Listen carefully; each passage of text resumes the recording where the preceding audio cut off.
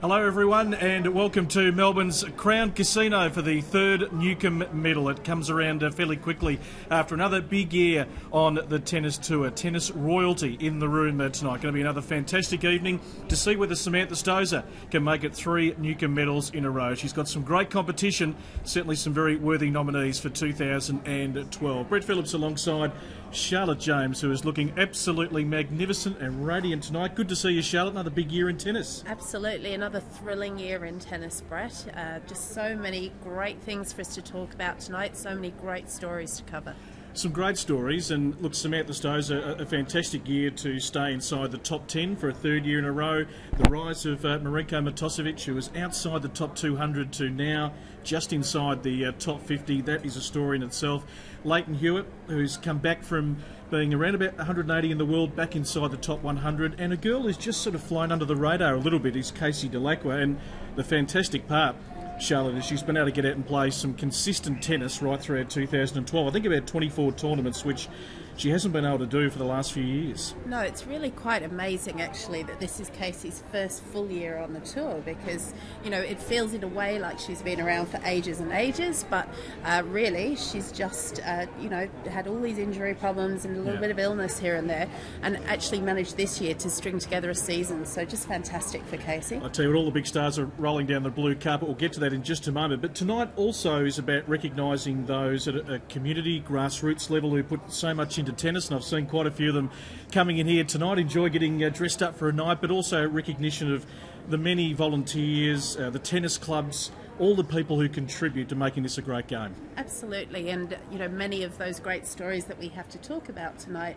are actually things that are under the radar a little bit, people who don't get day-to-day get pats on the back. So it's really great to hear their stories and just honour some of the people who make the game great in Australia. Going to be a great night. Let's head straight to the blue carpet because Adrian Franklin's there and he's got Alicia Molik alongside him this year. Hello guys. It's an incredibly exciting time out here. We're on the blue carpet. The Newcombe Medal is not too far away, and it's a pleasure to be able to introduce Alicia Molik. We're out here, Alicia. People are starting to come in. It's a really exciting night for Australian tennis tonight. Oh, absolutely. There's no question. I think the players are really looking forward to the fact that they get their chance, I guess, to let their hair down, kick their heels up on the dance floor, but an opportunity, I think, to celebrate tennis as a whole. Now, it is the John Newcombe Medal, obviously, so it would be remiss of us not to touch on the man, the legend himself. Tell us a little bit about him, John Newcombe. Why is he so special? Well, I think he's an Australian legend, and thankfully they brought in the Newcombe Medal just a few years ago. We have such a rich history in Australia for tennis, and thankfully the Newcombe Medal has been brought in, I guess, to acknowledge the hard work of all the players. Sam Stosur has taken the crown the last 2 years. I think it's almost a shame it wasn't here 10 years ago because we would have seen the likes of Leighton Hewitt and Pat Rafter, who will be here tonight celebrating. Now, you touched on a couple of the nominees just there. Do you have a favourite? We've got the 4, Matosevic, Hewitt, Stosur and Dellacqua. Who's your tip?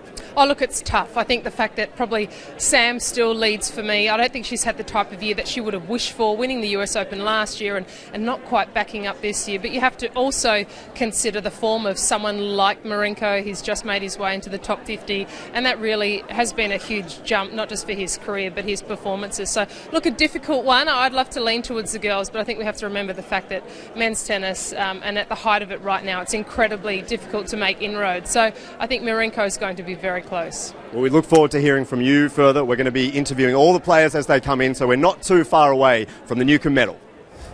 Thank you, Adrian. Thank you, Alicia. Just setting the scene nicely on the blue carpet, and they're all about to arrive, so we'll hear from many of the stars in just a moment. John Newcombe, there's only one man, really. When you think about Australian tennis, this night is appropriately named after a man who, well, made his mark quite a while ago, then went on to become obviously a successful coach as well. He's been a great commentator in tennis, just synonymous with Australian tennis. Absolutely.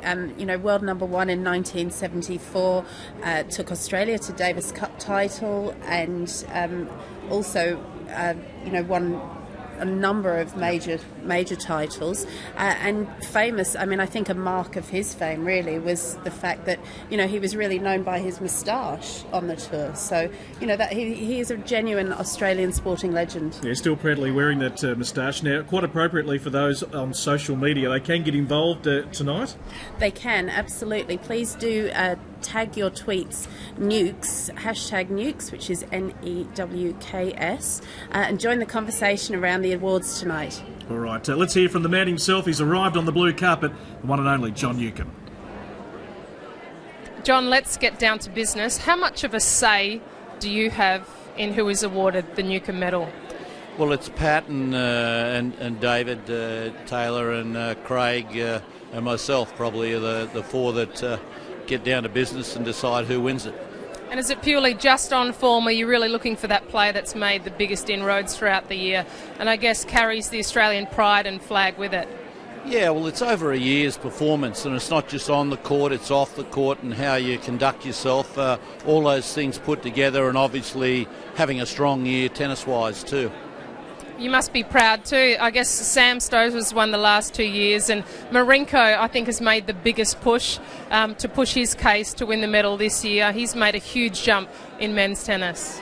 He's had a terrific year, especially the last 9 months. It's been good to see him put his head down and really get stuck into it, and I think he might be finally getting it, you know, what is required, maybe getting there as to what is required to break into the top 20.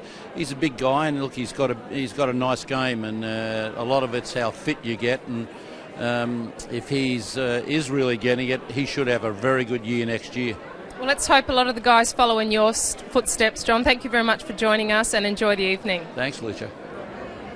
Thank you, Alicia, alongside John Newcombe on the blue carpet. We'll hear from Nuke a little bit later on. We're only about 25 minutes away from heading to the main room here at Crown Palladium. Craig Willis will MC proceedings tonight, and of course it'll conclude with the announcing of the Newcombe medalists. Of course, reminding you that Samantha Stosur has won back in 2010 the inaugural John Newcombe Medal winner, and also 2011. Can she make it a trifecta? Well, we're going to find out in a couple of hours' time. But let's hear from Sam, who also is on the blue carpet. Well, Sam, you've led the charge here the last 2 years. How difficult is it to keep backing up for the award? Well, I just got to go out there and try and play well and have a good year, and you never know what can happen. But the last 2 years have been great evenings, and I'm sure tonight's going to be no different. In the last couple of years, finishing in the top 10, that must be incredibly difficult also, season after season. I guess the expectations rise, not just from yourself, but the public and everyone around you also. Oh, for sure. Once you achieve something, you want to keep going. You're not satisfied. So everything that I've done before now is obviously great, and I'm very proud of it. But of course, you want to do that a little bit better. And the small things that you've been working on, I guess, between now and the Australian Open, any changes that you've been looking to make, or what has been important in your practice leading into the summer? Well, actually, I've only done fitness training at the moment. I'm having my first practice tomorrow, which I'm looking forward to. And I'm sure as the weeks go on, there'll be always little things that you want to try and tweak and improve and get 100% before the tournament start. I can imagine there's not too many nights like tonight where you can really kick your heels up and enjoy the evening and really glam up. You do look stunning. Who is your dress by? It's Eileen Kirby. So I met Eileen a couple of weeks ago in Sydney, and she fitted me out tonight. So thank you, Eileen. You look gorgeous, Sam. Enjoy the night. Thank you. Yes, he certainly looks very stunning indeed. Samantha Stosur alongside the equally glowing Alicia Molik. Just a quick word on Sam's year. I mean, to actually consolidate herself in the top 10 is a very good effort in the cutthroat nature of women's tennis. Absolutely. I think it's very tough to keep these rolling out these consistent years. And Sam really, you know, although she hasn't had the big flashy final of a major this year, she really has had a very consistent year, just kept posting great results. And that ranking is a testament to her consistency in 2012. Yeah, made the semi-finals of the French quarter-final, that crushing loss to Victoria Azarenka at the US Open, but a fairly consistent year. Well, one man, it's a great story, Marinko Matosevic. About 12 months ago, he was contesting the AO Wildcard Playoff. He was just outside the top 200.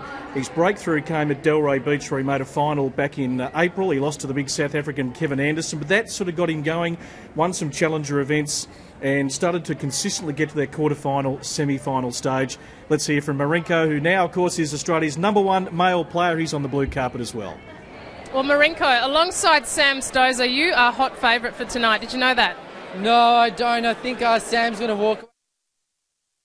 I don't know about that. It's been a huge year for yourself. What improvements have you been looking to make for next year and the summer ahead? Yeah, I'm trying to work even harder. I don't know if it's possible, but I'm just working extra hard to do better than I did this year.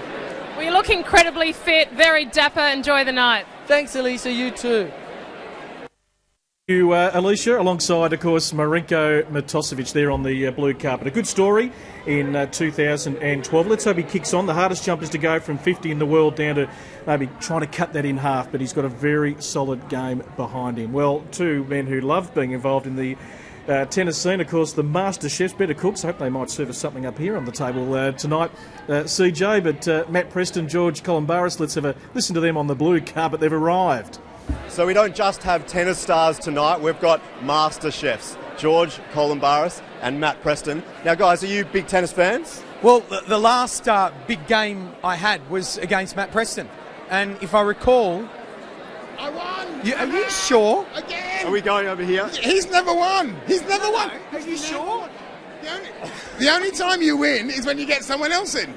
And suddenly what we're normally having a game, and George says, well, you'll be playing with my grandmother, and I'll be playing with Anastasia Rushanova. And I go, all right, and then normally he wins. But Is there a score? Did we have a score?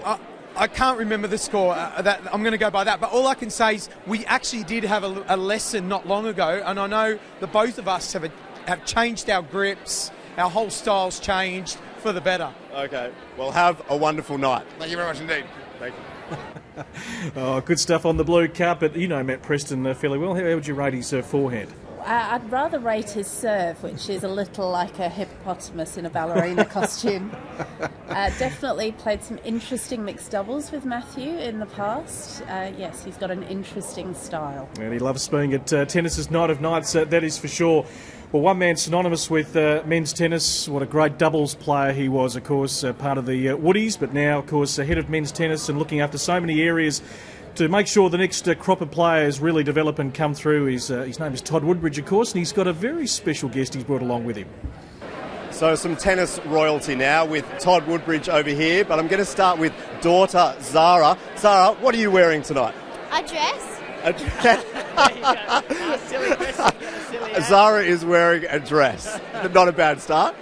Yeah, well, Zara's my date tonight because Mum and my son Bo are in New Zealand, so she's over here making sure I don't misbehave.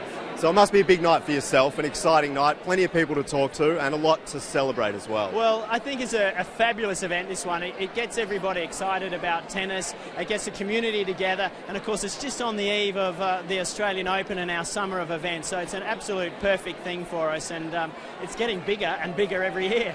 Now, Zara, are you looking forward to the night? Yeah, I'm really looking forward to it. All right, we'll have a great time. Thank you. Thank you. Thanks, Todd.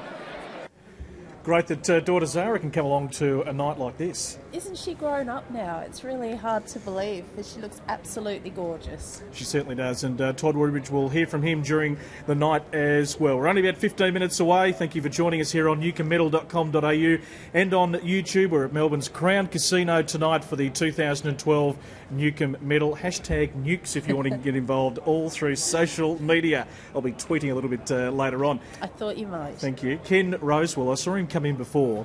That hair is just magnificently in place. What a dapper man he is. What a champion of the game he was. And he's also arrived on the blue carpet. Ken, thank you for joining me. You are looking as fit as ever. Well, looks a bit deceiving, I think, but feeling not too bad. Is it a proud moment for you being involved in the tennis community, finally having an awards night, the Newcombe Medal? It's run the last 2 years to acknowledge Australia's best players. Yeah, I think it's a great idea. This is my first time here. The last 2 years I've not been able to be down here, so it's very exciting for me to be here, and I think it's a great idea, yeah, really, so that some of the hard-working people for tennis can be awarded. And you must be pleased now that a bloke like Pat Rafter is running the Davis carpet and leading that charge with the fellas. You must be incredibly happy. Well, you'd go a long way to find a better person than Pat Rafter, so I think it's something that people should support, and hopefully that the support that Pat gets from the players and everybody else with the tennis in Australia will do us some good in the Davis Cup competition. I agree. Enjoy your evening. Okay, thanks very much. Thank you. Great to see Ken Rosewell on the blue carpet. What a legend of a player he was, and what a man. When you hear him speak, he's quite remarkable. There really isn't anything he doesn't know about the sport, and just so passionate about the game still, and just such a great role model for our players today. No doubt. Leighton Hewitt, we're going to hear from him and wife Beck in just a moment. He has arrived here at Crown Palladium, and so much commentary on Leighton, isn't there? You know, when should he retire? When's a good time? He's been playing since he was 16. He won that tournament, of course. Who'll ever forget, over in Adelaide, his hometown. What a warrior he's been. World number one. He's won a couple of majors. The great part about tennis, Charlotte, is you get to decide when you leave the game. I mean, we've seen Kamiko Date-Crum announce this week that she's on at 42 years of age, but Leighton still has the drive, doesn't he? I mean, this is a man who doesn't want to sort of peter out to maybe 200, 300 in the world. There's a lot of pride there. He's got himself back to the mid-80s in the rankings, and he'd love to have a really good run at the Slams next year to try and get back that, that ranking back inside the top 50. That's right. Isn't it remarkable that Leighton was world number one more than a decade ago now? That's just, it's so incredible that he's continued to play and to be competitive. His ranking dropped back to 183, I think, and it's now at 86 again in the world. So back in the top 100, still competitive, obviously still hungry. Back end of this year, he's had some great results, and it's great to see him firing again. He's such a great ambassador for Australian tennis. Yeah, the Australian Open at Wimbledon, they're the two tournaments that he certainly wants to do very well at, and we saw that great run at the Australian Open last year where he beat some good calibre players. So that is still within the capability of Leighton Hewitt. Let's hear from him and wife Beck. They're on the blue carpet. Well, Leighton, you look dapper. Beck looks stunning and amazing. How much say does your husband get in what you wear for the evening, Beck? I don't know, I think I probably have a bit of say in what he wears for the evening. But, he looks very handsome. Leighton, I was gobsmacked today looking on the internet. I realised you're lining up for your 17th Australian Open. That is an incredible feat. Yeah, no, it's amazing. It's something I haven't really focused on in the past, but as it gets towards the end of my career, obviously it's pretty special, and to be able to play 17 in a row since 1997 and all singles as well. So it's something that when I do eventually retire, I'll be pretty proud of. And it's a shame this award wasn't around 10 years ago, because you would have absolutely have cleaned up. Yeah, who knows? I obviously won enough awards, and also, for me, some of the biggest awards were playing the Davis Cup finals at Melbourne Park and being a part of that. And nothing's better than playing for your country in this sport, and we don't get to do it that often.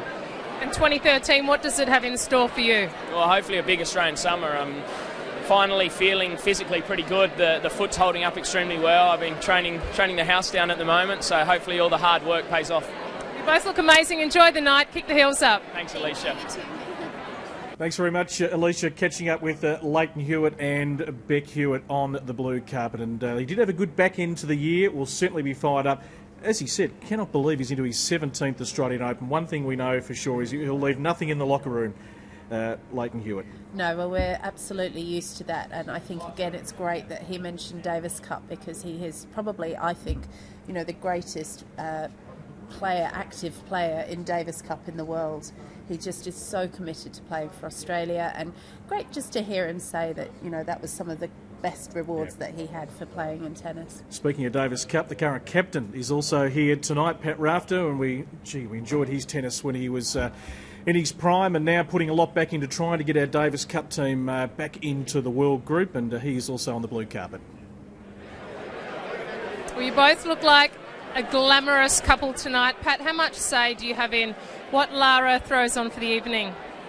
It's very, very good idea for me not to have any say in what she wears.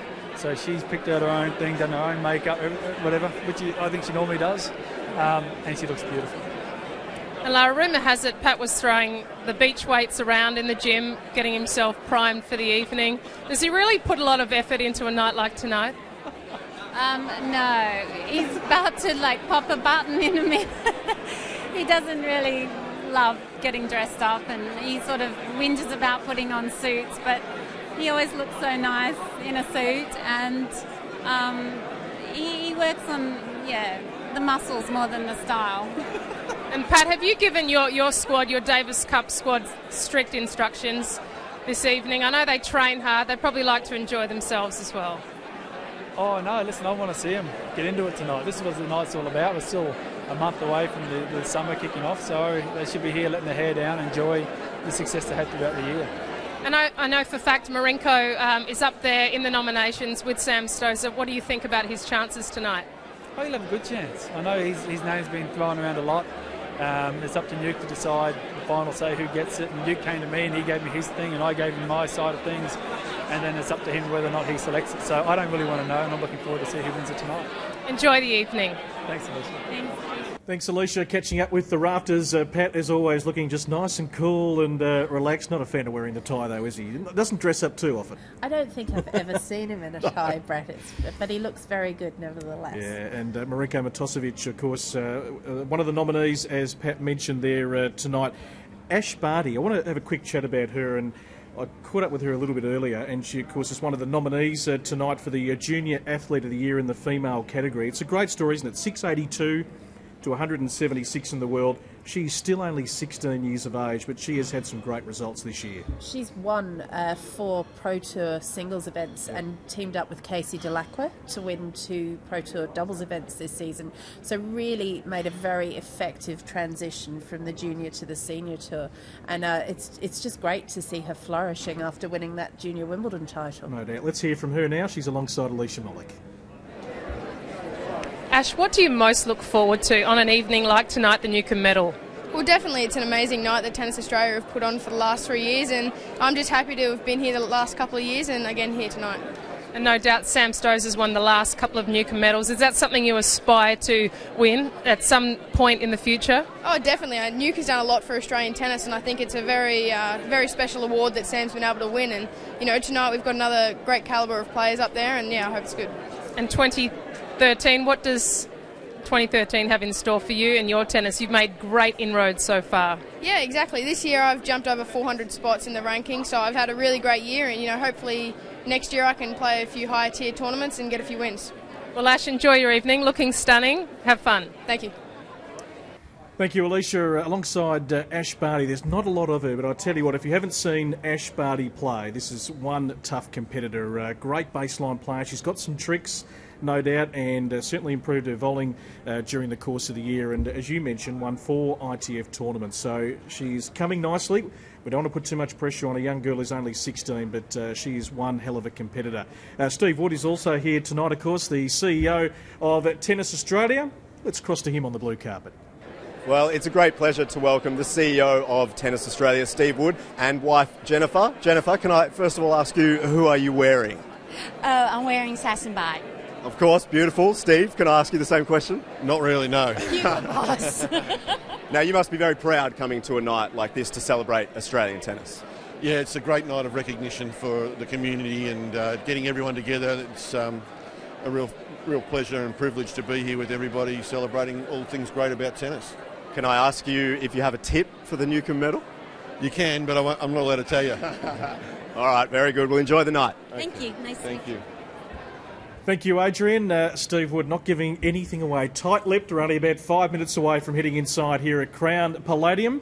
And, of course, a massive crowd here tonight enjoying entree and main course and all the awards to start very shortly across quite a number of categories. Recognising many of the volunteers, many of the people who have put a lot into tennis, and, of course, tennis's elite. The nominees tonight, of course, for the Newcombe Medal being Casey Delacroix, who unfortunately isn't with us tonight because she's been travelling very late in the season, hasn't she, CJ? Absolutely. She has really shown such great commitment this season after, having a few years that have been disturbed by injury and illness. She's just really still going hard to get that ranking up before the Australian summer, so putting in a great effort. Got it to around the 100 mark, so let's hope they can keep climbing, of course. Leighton Hewitt we've heard from, and Marinko Matosevic, 4 very worthy nominees. Also a young man who I've been keeping an eye on this year. He is a nominee in the Male Junior Athlete of the Year category, and that is Luke Saville, who, of course, at 18 now is starting to step out onto the main tour. So he is one that I think we need to keep an eye on,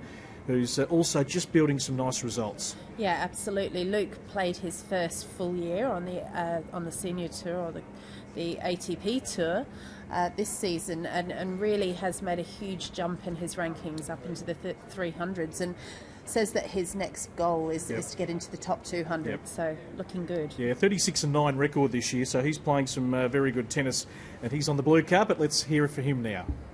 Well, Luke, as we look around, names like Ken Rosewell, John Newcombe, has to be pretty inspiring. Definitely, to come to a night like this, I guess it's the night of all nights here in Australia for a young player like me, aspiring to be like some of these guys. It's a huge thrill to be here tonight and to be up for the Junior Athlete of the Year. I've had a great year, and it's really exciting to be here. And how has your preparation been looking for the summer for the Aussie Open?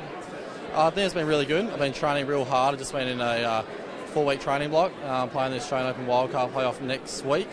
Playing 5 sets for the first time. Should be interesting. But I hope I can win that and gain a wildcard into the main draw. Should be great. Well, good luck. Looking very suave tonight. Enjoy the evening. Thanks a lot, Alicia. Thanks.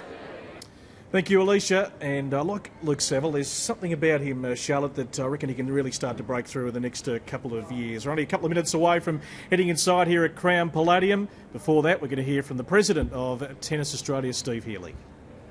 Steve, you must be incredibly proud of an evening like tonight that really honours the greats of Australian tennis.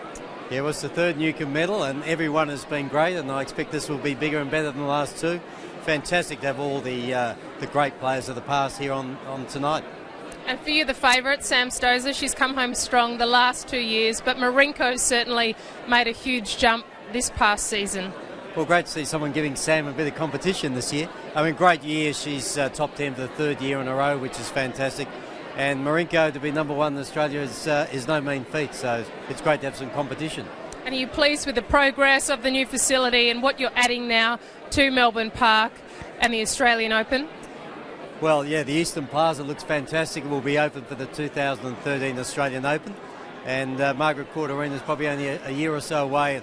And then I think far and away we'll have the best facility of all of the Grand Slams. Well, I know you're incredibly busy with Australian tennis, and it's a night like tonight that you can enjoy, kick your heels up and have a real go on the dance floor. Enjoy your evening. So watch out. Thank you.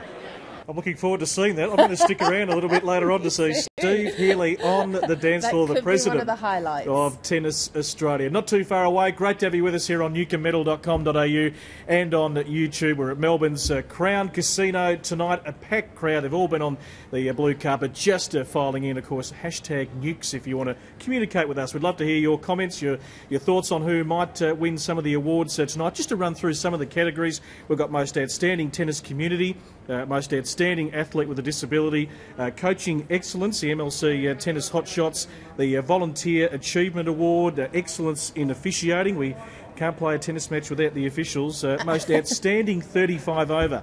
That's our category, isn't it? Tennis Senior. Yours.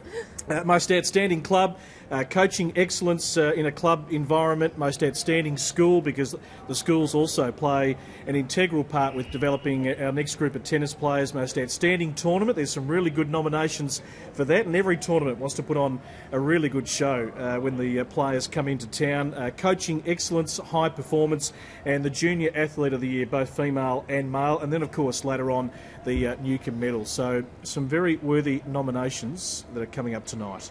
Yeah, it's going to be really fascinating to see which clubs and which coaches and juniors and so on come through tonight. I think we've seen a real kind of progression over the 2 years we've had so far with this awards and this third night. Just to see, you often see the same clubs and the same names coming up, but the awards are becoming more widely known, and lots of nominations this year, so very interesting to see who comes up with it. Absolutely. I reckon one man who's been to a few of these nights, he'd have the suit just normally pristine, the collar and everything in place. That is Tony Roach. Well, Tony, your hot favourite for tonight? Well, I think Sam. She's had a pretty good year, pretty solid year. Marinko, I'd like maybe to see Marinko get it. He made a big jump in the rankings, so yeah, I don't know. They both deserve a medal. Well, it's a brilliant night to really, I guess, reward those for their achievements throughout the year. And listen, it's a shame that the award wasn't around when the likes of yourself and Tony weren't at your prime. Yeah, no, I think it's a great idea. All the other sports have a night like this, and it's great to see Tennis Australia get behind it and have something as big as this. Well, enjoy your night. Celebrate. I will. Thank you. Thank you, Alicia, alongside one of the legends of Australian tennis, Tony Roach. Still part of Team Hewitt, of course, coming back for a second stint alongside Leighton Hewitt. We're going to go inside Crown Palladium for the Newcombe Medal for 2012. Sit back and enjoy. Another sleepless night. How could you ever let go? How do you recognize the dirty face of gold behind that crooked line where you never knew you'd go? Headed for the open door.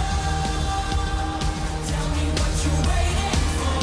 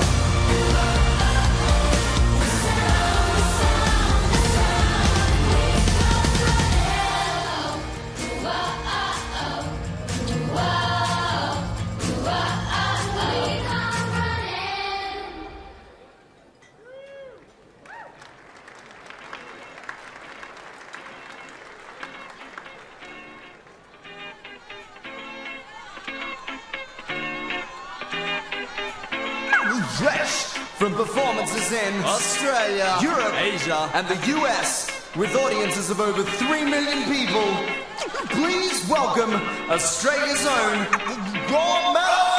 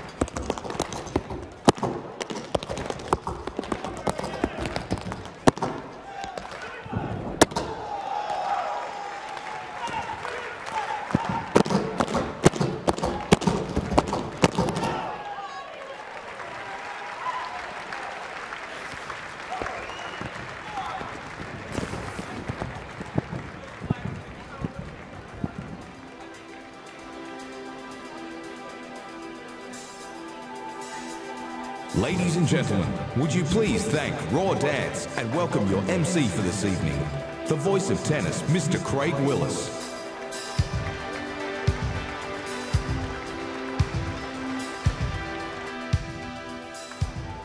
Indeed. How good were those guys? Let's have another round of applause for the Raw Dance group. Well done, fellas. Great performance.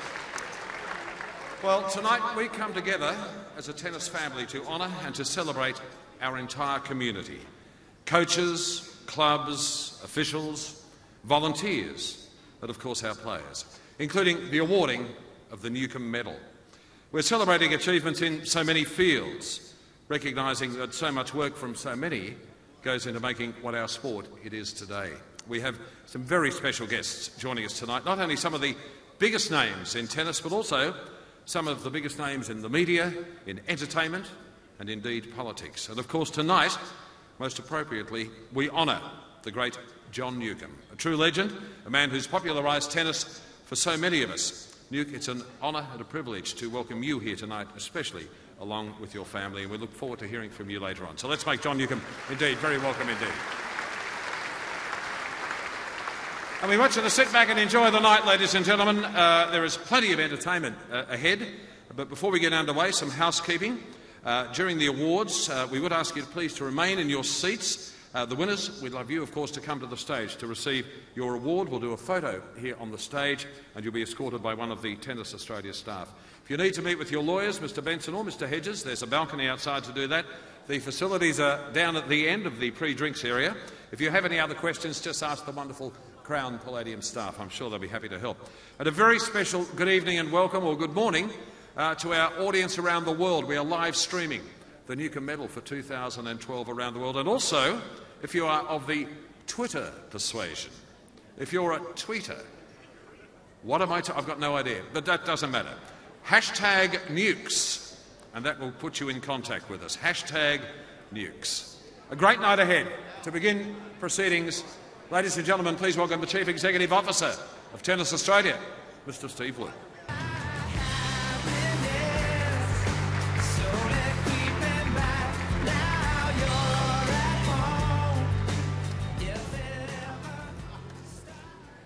Well, good evening, everyone, and welcome to our third annual Newcombe Medal. The Newcombe Medal, and indeed the Australian Tennis Awards, are all about recognising outstanding efforts from wonderful members of our community. These people who make such a terrific contribution to our sport of tennis through their own special talents whether they be a player, a coach, an administrator, a volunteer, or a parent. I'm looking forward to honouring them all. But before we get to that, I wanted to recognise a major achievement that's happening right here on our doorstep. It's an achievement that is unfolding right before our eyes, and the very one that is going to continue to make a difference to our sport for many years to come.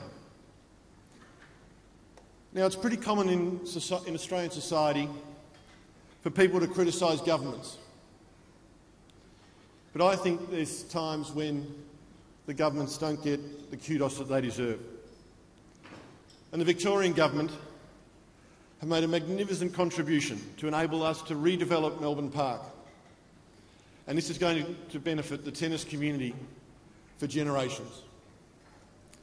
For all of that, I'd like to applaud them, and for all of those working towards making the redevelopment the success it will no doubt be. Thank you. Makes the Australian Open the best facilities in the entire world of tennis, and stacks up fantastically well against the other Grand Slams. We're going to have 3 courts with a roof, which is extraordinary, but it's something that the rest of the world have tried to do, and now we're doing it better than them again. On the eastern side of Hisense Arena are 8 new Italian clay courts, which is the culmination of a great deal of research that we've done into what we need to help our players develop. It's an absolute world-class facility, so it's incredibly exciting for the development of our top-class athletes. Having the real European clay, the clay that the players play on in France and Spain and primarily in Europe, is very important for our future and for our development. So the innovation here is fantastic, and having the same amount of courts across the country, particularly at the national training centres, is critically important for our future. I think it's one of the most exciting things that's happened in the past 5 to 10 years in terms of development. There's so much focus on us trying to develop a new champion or champions, and we've got now a centre that is a centre of excellence that we can continue on to bring kids from all around Australia. I think the essence of it is that we've got the facilities that provide a hard court, indoor, outdoor, but most importantly the clay courts, which allows us to do camps and training that can send the kids into Europe and can really develop an all-court game that's necessary in today's tennis world. To train in this sort of facility, in this complex, is just it's a real buzz right now, and to come here and play the Australian Open Juniors last year and hopefully play the Australian Open qualifying. I mean, I just love coming to Melbourne Park every year, and now with the new redevelopment, it makes it even more special. Absolutely sensational. Onward and upward. And thank you to Steve Wood for joining us tonight. Time to get into our first award for 2012, recognising the most outstanding tennis community. Would you please welcome to the stage Tennis Australia's Director of Tennis, Mr. Craig Tiley.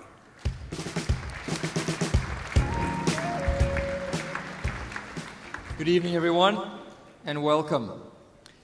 This award recognises the town, local government or club that best engages their community through tennis, and the future of tennis is dependent on the continued success of these organisations. In addition to this award tonight, Tennis Australia will be providing $25,000 to the winner to continue with their outstanding work. So the finalists for Most Outstanding Tennis Community are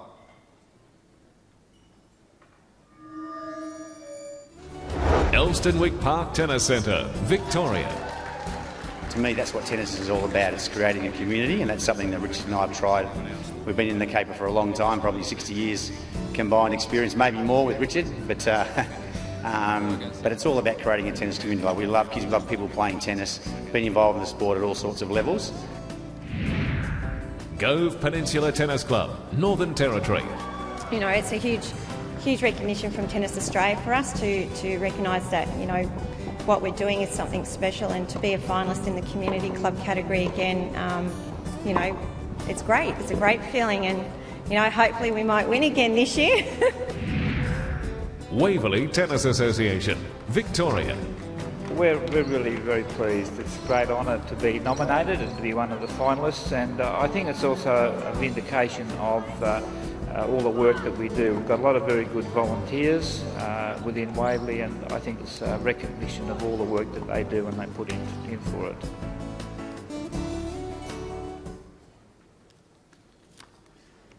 And the winner is Elstonwick Park Tennis Centre.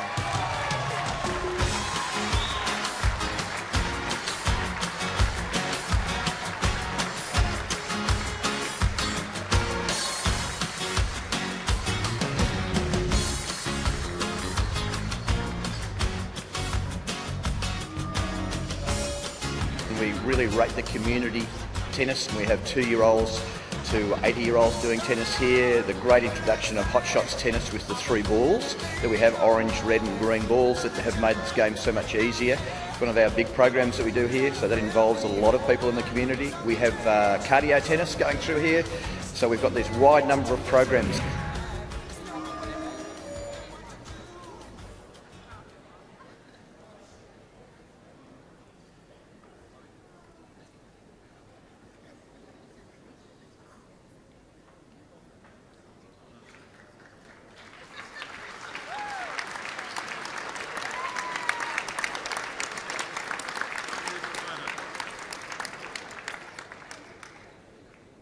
Just glad that, aren't we, that the entire membership of the Elstonwick Tennis Club could join us tonight to receive the award. No, well done. Let's give them another round of applause. The Outstanding Tennis Community Award. Fantastic effort. And thank you to Craig Tiley for joining us tonight. Much excitement up here. Our second award is for the most outstanding athlete with a disability. And to present this award, would you please welcome to the stage tennis great Judy Dalton.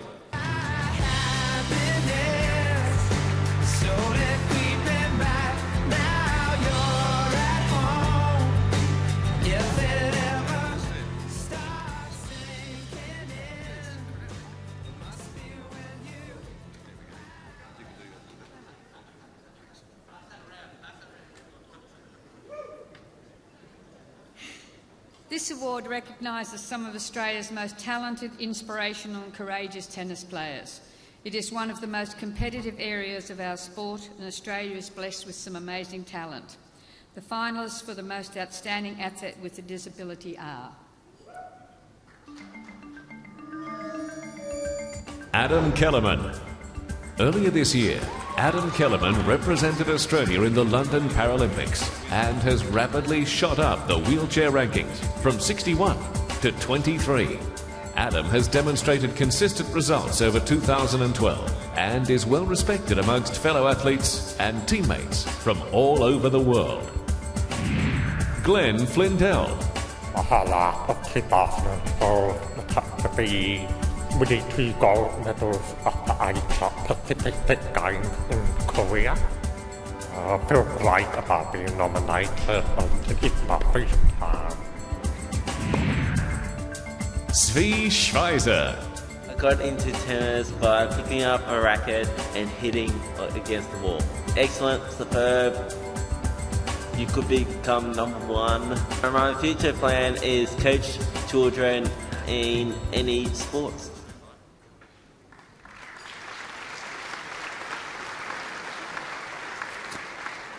I feel like the Oscars here, I must say. And the winner is Glenn Fidel.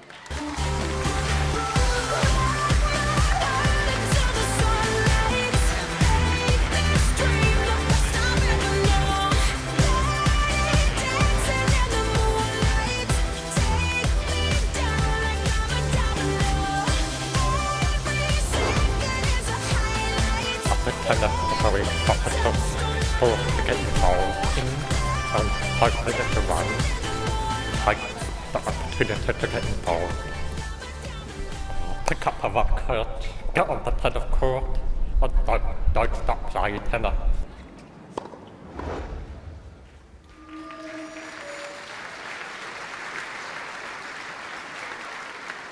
Thank you, Judy. And Glenn, congratulations on your award here at the Newcombes for 2012. Well, our next award is the first Coaches Award for this year, recognising excellence at the MLC Tennis Hot Shots level. To present this award, would you please welcome Australian-made Alicia Mollick.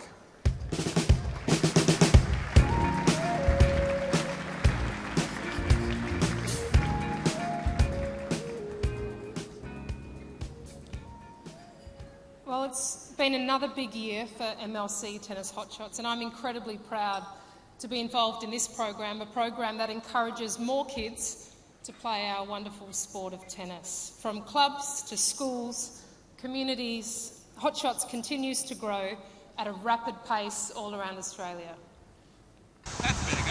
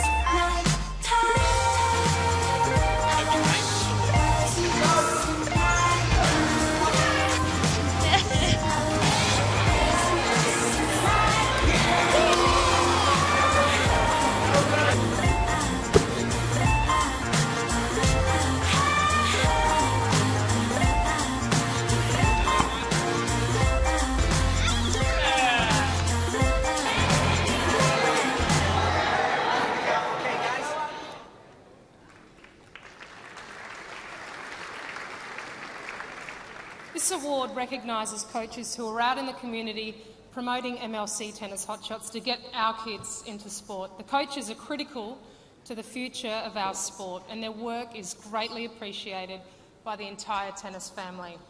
The finalists for Coaching Excellence for MLC Tennis Hotshots are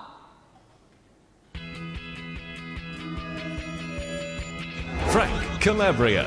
The whole year's been great for us. We've grown in numbers in Hotshots. We've done lots of activations. We've been part of a lot of initiatives with Tennis Australia, and we're just happy to be part of it and happy to grow the business and get more people playing the game within the Hotshots environment.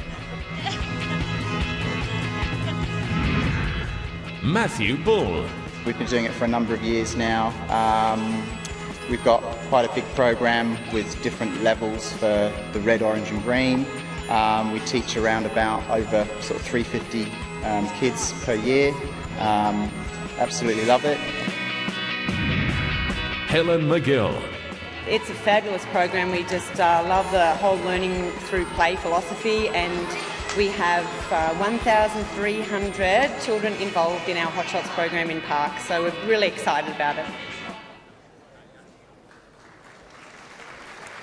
And I'm proud to say the winner of this particular award goes to Helen McGill. Congratulations.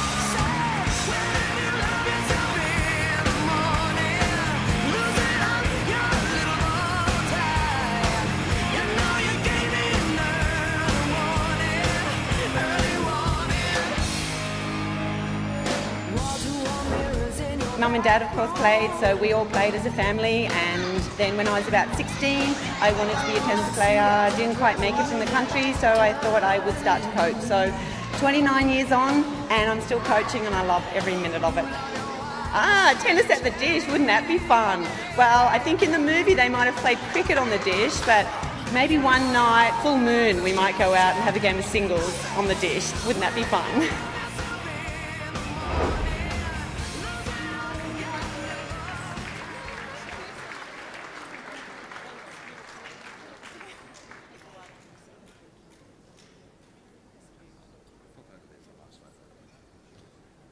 Well done, Helen, and congratulations to Alicia on the year you've had with MLC Tennis Hotshots, the program for the youngsters. It is absolutely sensational. And to see the kids out there on Rod Laver Arena prior to the players coming out during the Australian Open, and also in Brisbane and Sydney, it is just a terrific program, and Alicia Mollick does an outstanding job as ambassador, and Helen does an outstanding job teaching the MLC Tennis Hotshots program. So well done, Helen, and again, thank you to Alicia Mollick.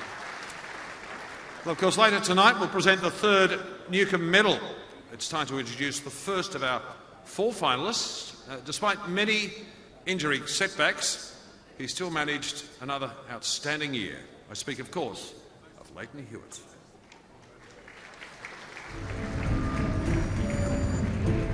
Leighton Hewitt showed in 2012 once again, there's no challenge he'll shirk.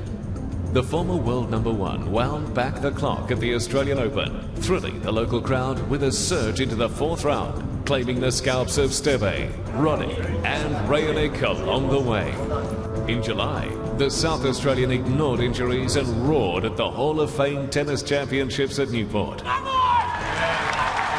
that's a sound you're used to hearing. His classic fighting 3-set semi-final win over Rajiv Ram saw Hewitt reach his first ATP final in more than 2 years. And ladies and gentlemen, we're delighted that Leighton and Beck could join us tonight. Leighton is down there with Adrian Franklin. Leighton, your passion, your dedication for the sport is absolutely legendary. Now, I want to know the intensity that you have on the court. Where does that come from? There must be a place. I don't know. It's getting harder, obviously, as I get older. And, as Craig said, there's been a few setbacks as well. So, I feel fresh mentally, though. I've obviously had 5 surgeries in the last 4 years. So, that's given me a chance to be with my family a bit more in that tough off-season, I guess, and go through all the tough rehab to come back. But, I'm still happy to get out there and do all the hard work on the practice court. And, when you can have some decent results, then it's all worthwhile. Now, say you're 5-all in the 5th set of the Australian Open and you're feeding off the crowd, you're feeding off your experience and all your great performances. What are you thinking about at that time? Is it something that you can describe? Depends who I'm playing against. So hopefully I'm playing against Marinko and then on centre court. But no, obviously, it's always tough situations being in, tight matches of the Australian Open. There's no better feeling, though, than when you're sitting down in Rod Laver Arena in a night match, in a feature match, and you come out in the 5th set and you get a standing ovation from the crowd and the whole crowd standing up there singing the national anthem. And it really does give the players goosebumps out there, and that's when you try and find a little bit extra in the tank. Davis Cup has obviously been a strong passion of yours. What are you hoping to instill in the players over the next few years in the Davis Cup team? Yeah, well, it's about building a culture and getting back to, obviously the tradition that we've had of being such a successful country in Davis Cup for so many years, and we're not exactly where we want to be right at the moment, and we want to try and climb that ladder again and put ourselves in a position to be in the world group and challenging for the Davis Cup. And, we need the young guys coming through to help out. Now, just finally, although you've had all of this experience and all of this success, I've heard a rumour that you're not even the favourite player to your 3 young kids.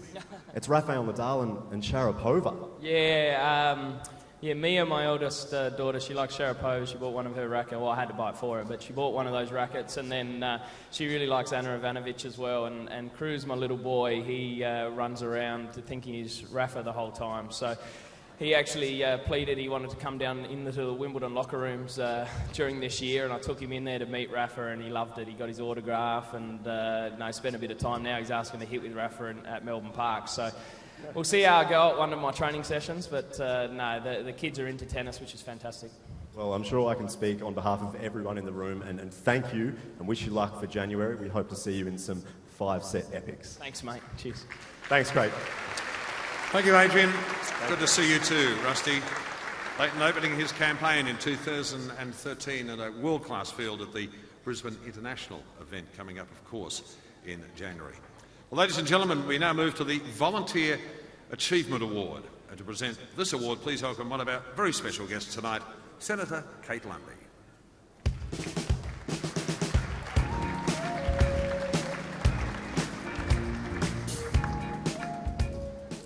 The unsung hero of the club or tournament is the volunteer, and volunteers across Australia devote hours of their time, and tonight it is our opportunity to honour them.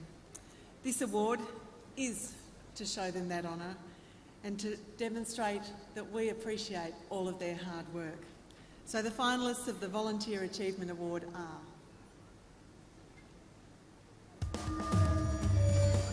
Alvin Maple. I've been volunteering for well over 40 years. I've held most of the positions on the executive here at Northwest Tennis, President, Secretary, Treasurer, currently run the Saturday morning junior comps, and my title really is administration. Anne Baldwin. I think I'm simply motivated by the need or want to actually just help the community, and clearly my pursuit or career was not to be in tennis professionally, so that's why I fell into the club life here. And it's been just a wonderful experience meeting so many wonderful people, administrators, all the hierarchy of everybody. Cole Ackland. Arrived here in 1982 and got involved almost immediately. I've been a tennis player all my life, and I was president from 85, and I'm still here as president in probably 27, 28 years. So that keeps me pretty busy, and I do lots of other things around the clubhouse since I'm retired.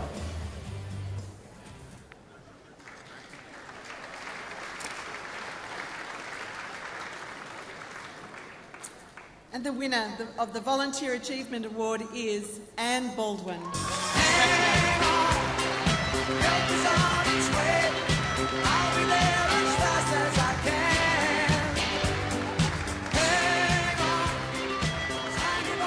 I'm just so terribly excited and extremely overwhelmed to have been nominated as a finalist for the Newcombe Awards. It's just something I would never have thought possible for me. But look, I know I'm a worker, as so many other people are in the volunteer world, so it's absolutely terrific. And I hope from here that maybe we can get some more club volunteers through the system.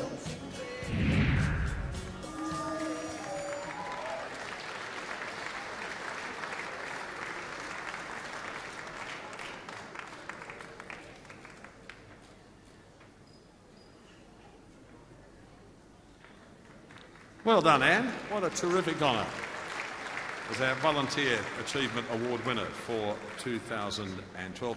And we also thank Senator Kate Lundy for taking out some valuable time. It's a busy time of the year to be able to join us here at the News. Kate, thank you very much indeed. Well, ladies and gentlemen, to present the award for excellence in officiating, would you please welcome a legend of the game, Mr. Frank Sedgman.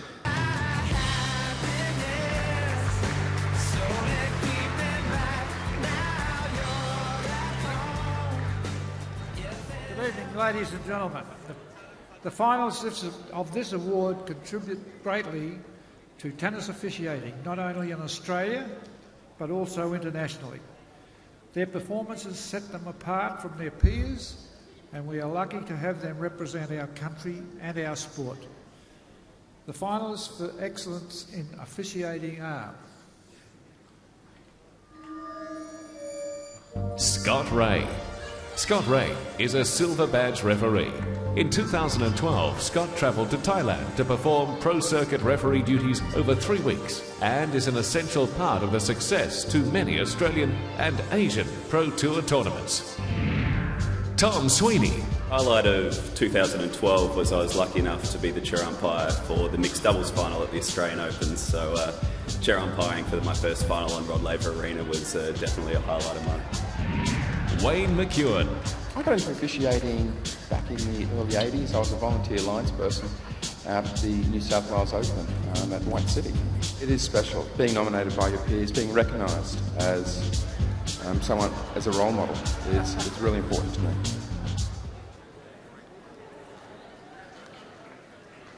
And the winner is, when I can open this thing, the winner is Wayne McEwen.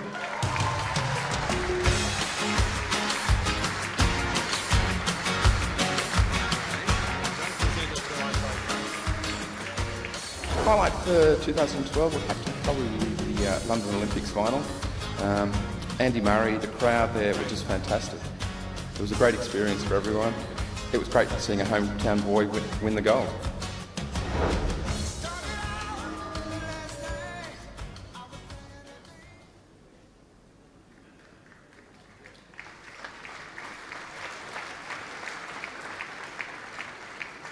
Thank you, Frank. And Wayne, well done. That's for officiating in tennis, not on the putting green. You were doing beautifully there too against Mr. Tiley. And good luck to you, my friend, for the 2013 Australian Open as our referee. Well, ladies and gentlemen, to present the award for most outstanding 35-plus tennis senior. How appropriate. Would you welcome our former Davis Cup captain, John Fitzgerald.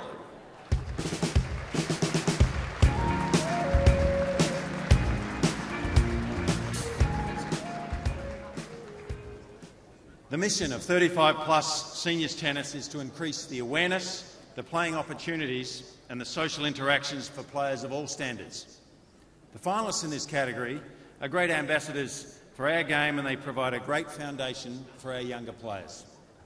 The finalists for the most outstanding 35 plus tennis senior are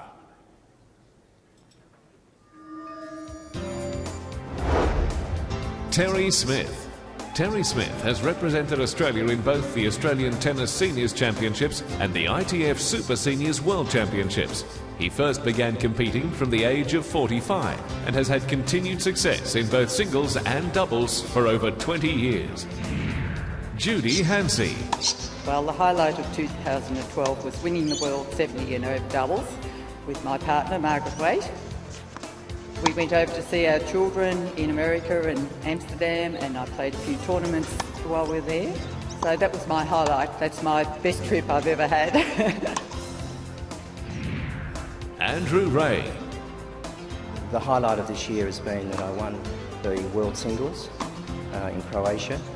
It was my 7th time that I won the singles. And I won the Australian Championships in January. That's been a successive thing of 8 Australian titles. And the winner is Andrew Ray.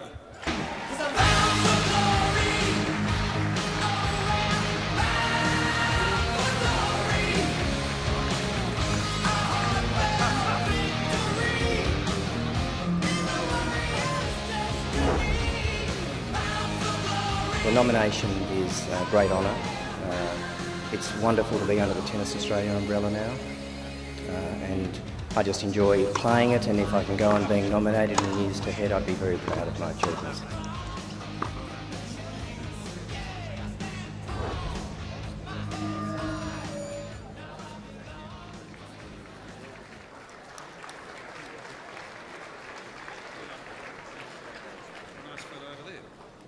Congratulations, Andrew, and John Fitzgerald, thank you for joining us here this evening. Well, it's time now to introduce our second Newcombe Medal finalist, already a 2-time winner of this award, and she's had another outstanding year. I speak, of course, of Samantha Stosur. In 2012, Sam Stosur consolidated her place among the game's elite as a member of the world's top 10. Building on her breakthrough US Open victory the year before, the Queenslander reached the Final Four at Roland Garros. Oh, well done. At Flushing Meadow, she reached the quarterfinals. Well done. Bit of luck, but you take it. The consistency of her game was shown with quarterfinal appearances in 5 other tournaments and a semi-final berth in Osaka, Japan. Sam led Australia to victory at the Fed Cup tie over a highly fancied German team in April. That's unbelievable. And has been awarded the past 2 Newcombe Medals.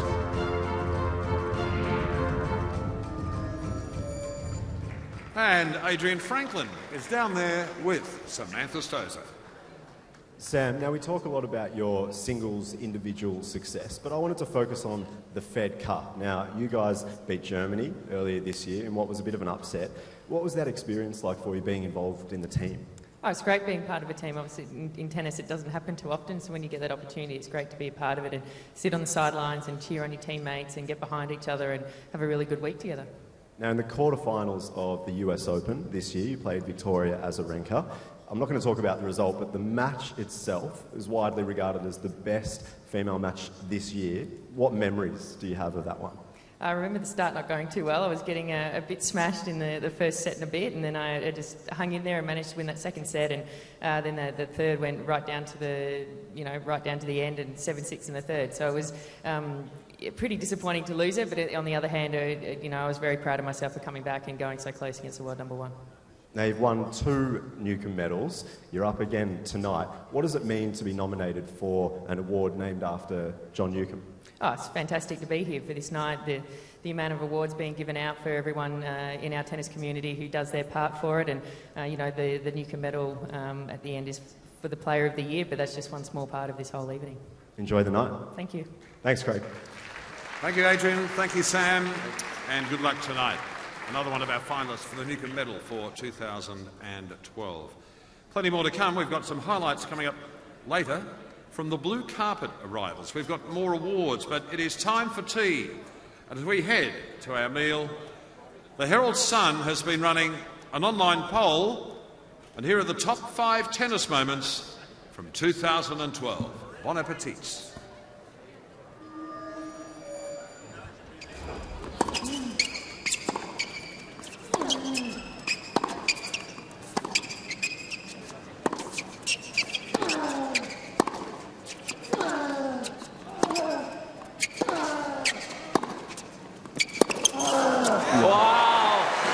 Just keeps getting better and better.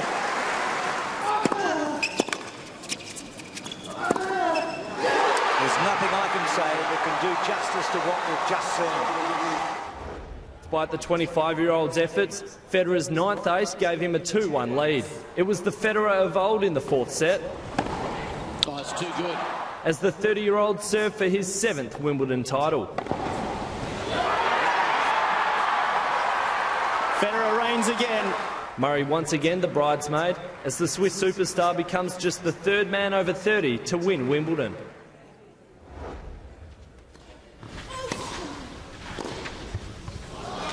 That's unbelievable. From the last 3.5 months on hard court, or 4 months on hard court, now on clay, you know, it's like duck to water. She looks great out there, and I think it's exciting for Sam Stosur for the next, you know, couple of months on the clay. It's going to be great for her. It had been 63 years since a 2-set deficit was overturned to win the US Open, and the record looked safe when Murray grabbed the double break. He showed no sign of any mental frailties this time, claiming his first Grand Slam title in a 5-set epic. It's long. Andy Murray has finally done it.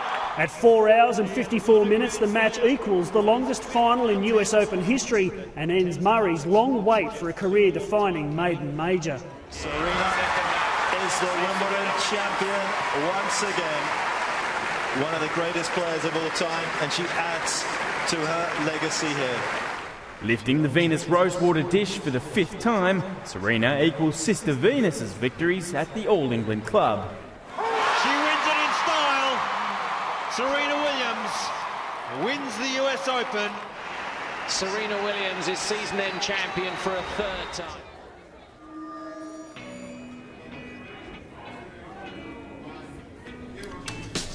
Well, we are here tonight at Melbourne's Crown Casino. We're midway through the 2012 Newcombe Medal as we pause for dinner. We're just searching for ours. I'm sure it's coming shortly. Some beautiful bread rolls going to get tucked into those. Charlotte James alongside me.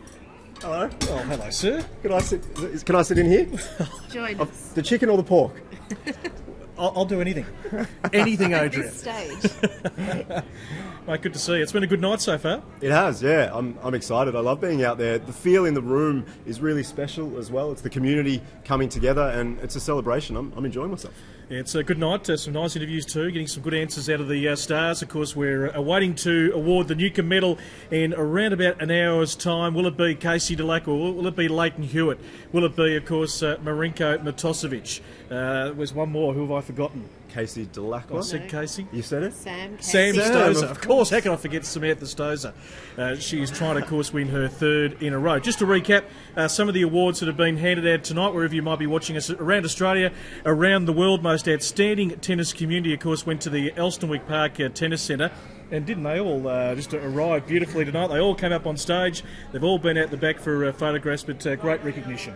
Really great recognition, and Elstonwick really is a fantastic club, one of the ambassador clubs for the MLC Hot Shots program, has actually constructed some mini tennis courts, plexi-cushion mini tennis courts at Elstonwick, and they're the first in Victoria. So really doing a lot in junior development and really building at the grassroots of the game. Yeah, they certainly are. Most outstanding athlete with a disability. Great story right here from Victoria. Glenn Flindell, he won gold at the 7th Asia Pacific Deaf Games. That was in Seoul back in June, and he will be competing at the Deaf Olympics next year. So great recognition for him, and obviously this is the great part about tennis, that anyone, Adrian, whether you may have a disability or you're able-bodied, you can compete and certainly do very well at this sport. Yeah, no doubt at all. I mean, tonight, it's like an all-encompassing event. I think everyone is being recognised, the clubs, people with a disability, absolutely everyone. Leighton Hewitt, before I spoke to him before, he was looking up at the big screen, and he was very interested and keen to see what was going on. So,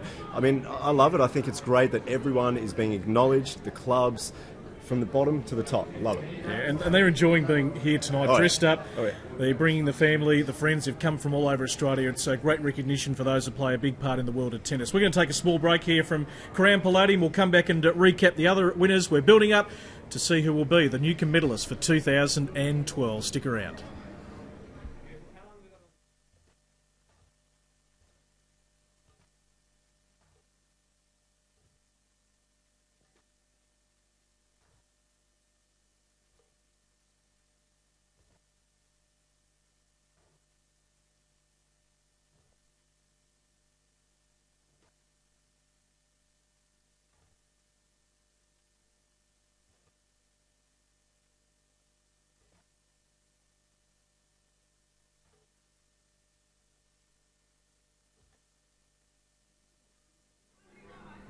Welcome back to Crown Casino. We are here, of course, tonight for the Newcombe Medal. Hope you're enjoying it at newcombemedal.com.au or on YouTube. You can hashtag Nukes if you want to be involved with us tonight. We mentioned Elsternwick Park Tennis Centre being awarded Most Outstanding Tennis Community, and two of the gentlemen are with us tonight.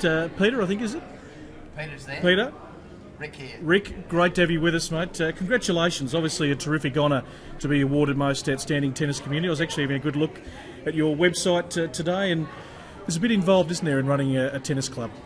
There's a lot involved in running a tennis club that we have, but it's enjoyable running the tennis club, and we've got great staff, and we've got great programs running, and we're really honoured to win this award because we regard this being the for what we do, being the award that's very, very important to us. So great night. It is a great night. Tell us about the year down at Elsternwick and just some of the programs. Obviously you're catering for quite a wide range, and also, of course, the first in Australia to construct the plexi-cushion mini courts. Yes, our mini courts, we've just actually finished them, and they're wonderful. So we're really looking forward to getting our red ball kids on the courts. As you know, there's a whole transition ball program involved with the MLC Tennis Hot Shots program.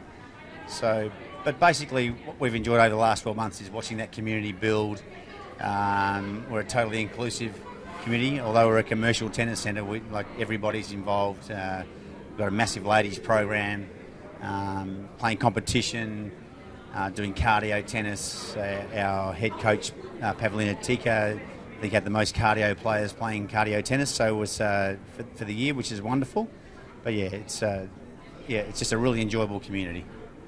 Is it rewarding to see the players, that start off as the little tackers and then, they come through and maybe playing as they grow up at the club?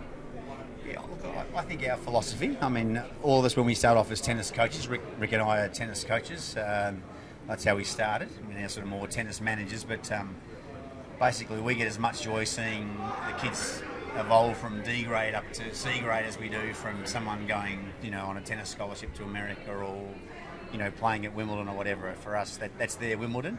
So that's really special to us.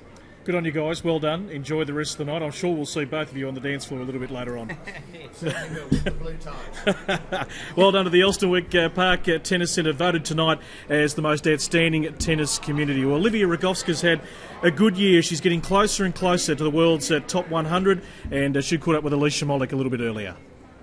Olivia, how does preparation differ for the Newcombe Medal as opposed to going out and playing a tennis match? Well, it's quite different. I'm not really used to it. There's a lot of hours spent fake tanning and doing your hair and nails and trying to get everything to match, but it's a lot of fun. It's really nice to get out of those tennis clothes once in a while.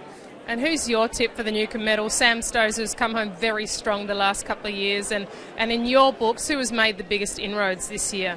Well, I think it'll be close between Marinka and Sam, but I think Sam is definitely my favourite. Her efforts at Fed Cup this year have been amazing, so we'll see. It'll be exciting. Well, enjoy the night, kick up the heels, and thank you for joining us. Thanks Alicia. Looking very glamorous indeed is Olivia Rogoska. Melbourne girl. She doesn't get back to Melbourne, Charlotte, all that often from St Kilda. She'll be at the AO Wildcard Playoff, which starts next Monday. Likely to be the top seed. We'll give you some details on that a little bit later on. We're just pausing for dinner at the moment. Second half of the Newcombe Medal to come, but another award winner tonight, all the way from Parks in New South Wales, is Helen McGill. Coaching excellence with the MLC Tennis Hot Shots. Well done to you, Helen. Obviously a huge thrill to win tonight. Oh, thanks very much. Yeah, it's just wonderful to be here, to be in Melbourne and be with our tennis community. And Wayne, I think you did Junior Fed Cup and Davis Cup this year as well in Bendigo. Yeah, it was great to get out and see some of the young kids. I think it's great to have the opportunity to go out and to see some of the young kids that are coming through, the potential Hewitts, the potential Federers, potential Sharapovas, potential Stosas out there. For me, it's a thrill. And there are some different challenges, I think, aren't there, to refereeing or umpiring a team event like Junior Fed Cup and Davis Cup? Oh, definitely.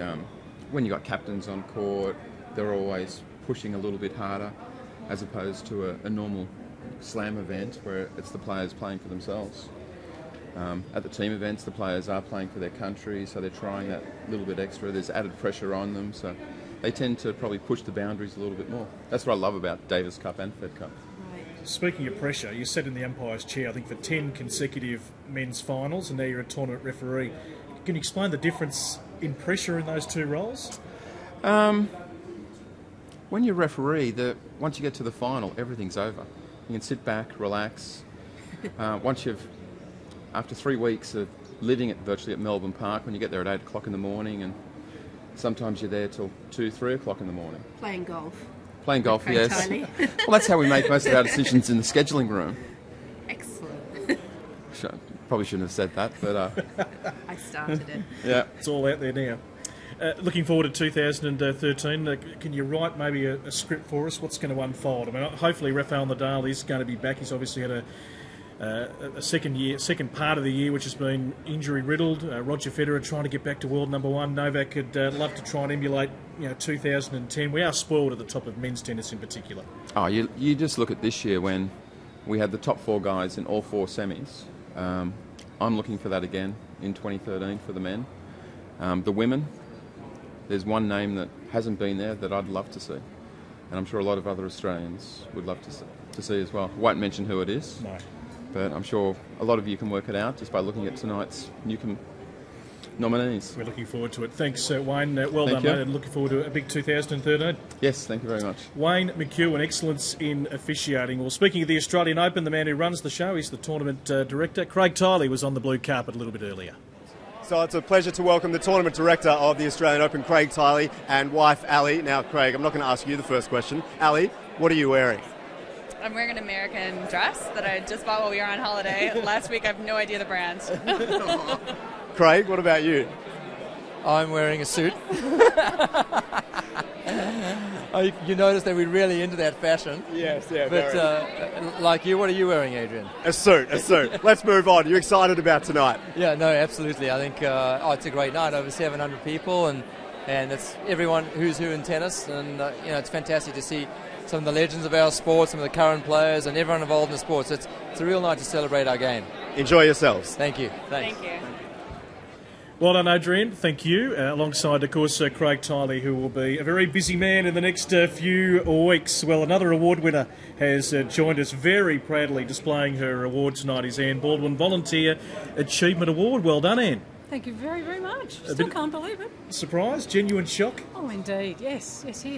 I just want to tell people a little bit about you. Member of many committees, of course, including being a Tennis Victoria Council delegate since 1999 and a Tennis Victoria board member since 2005. So you're very much involved at the forefront of tennis right here in Victoria. Yes. And secretary down at Frankston Tennis Club, and Indeed, that's one that we know very well. Indeed, that was the beginning. That really is the grassroots side of of my life, and of course the Peninsula, and then Tennis Vic, another level again. So it's all-encompassing. How did you start at Frankston Tennis Club? What got you into volunteering there? I'll have to blame Terry Hazel, if you're listening. one of those fellows, we needed a secretary, and I think he just said, you just go to a meeting once a month. That's all it is. So thank you, Terry. 18 years later, and yes, there you go. That is the biggest lie. I've been involved as a volunteer in sport for a long time, and you live and breathe it 24/7. These monthly meetings. Where did the passion start?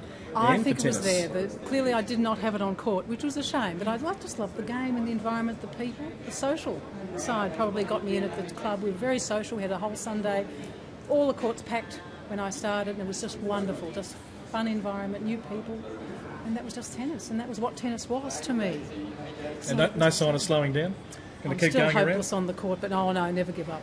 Never Great give stuff. up. Well done. And as I've said to all our guests, I expect to see you front and square on the dance floor tonight. Absolutely.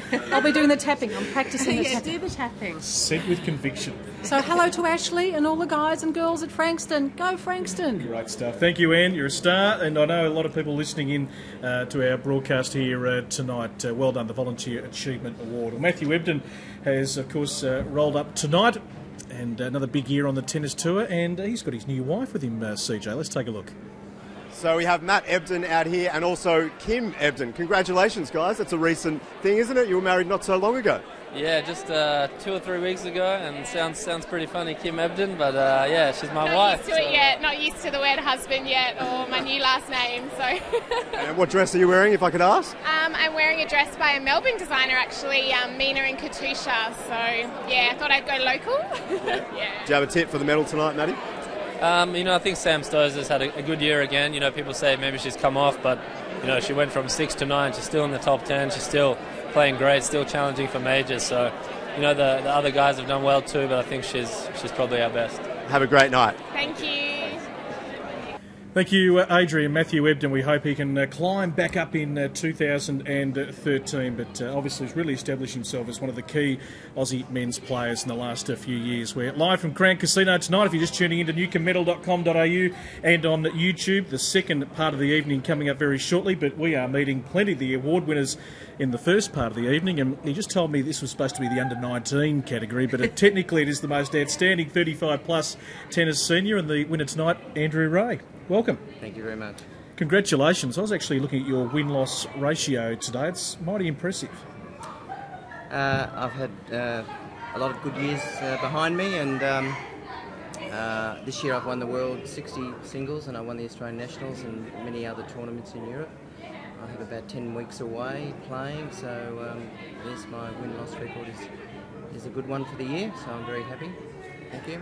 So, what keeps the competitive fires burning then, when other people are maybe, wanting to winding take a down. step back to the social tennis maybe, and you're out there kind of battling it out around the world? I can't honestly answer that question. It's difficult, but it's obviously in my blood, and I have been playing as a junior. I was a Victorian junior player and did quite well, and then I went off to America and played American college tennis and played the tour then had a break, and I think once I'd had about 5 or 6 years out of the game that I realised that something was missing, and I got back into it as a 35 plus, so I've just enjoyed it ever since, and I've had good success, which sort of keeps you playing. If you're winning most of your matches, you seem to want to keep competing, so, and I've been injury free, which I'm very lucky. I'm very fortunate. And you get to see a little bit of the world, which is one of the perks of tennis, of course, at whatever level you're playing at. Of course, yes. Yes, I have about 4 or 5 overseas trips a year, so I enjoy that, and yeah, you're right. I mean, that keeps you motivated. Any interesting or unusual destinations that you've been to in the last year? Look, I love Germany because I play club tennis. They have a seniors club tennis event in Germany, so I keep going back to Germany. And but I love sort of the northern part of Europe. I do enjoy Germany, Austria, Switzerland, and this year I've been into Croatia and Spain. So yeah, I love Europe's beautiful. So, jealous. Yeah.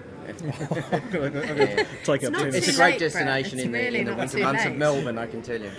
Well done, Andrew. And as I've said to all our guests, I expect to see you on the dance floor tonight. Okay. Thank you, Andrew. Thank Andrew you. Ray, most outstanding 35-plus senior. John Fitzgerald, well, he doesn't need any introduction. He was on the blue carpet a little bit earlier with Adrian Franklin.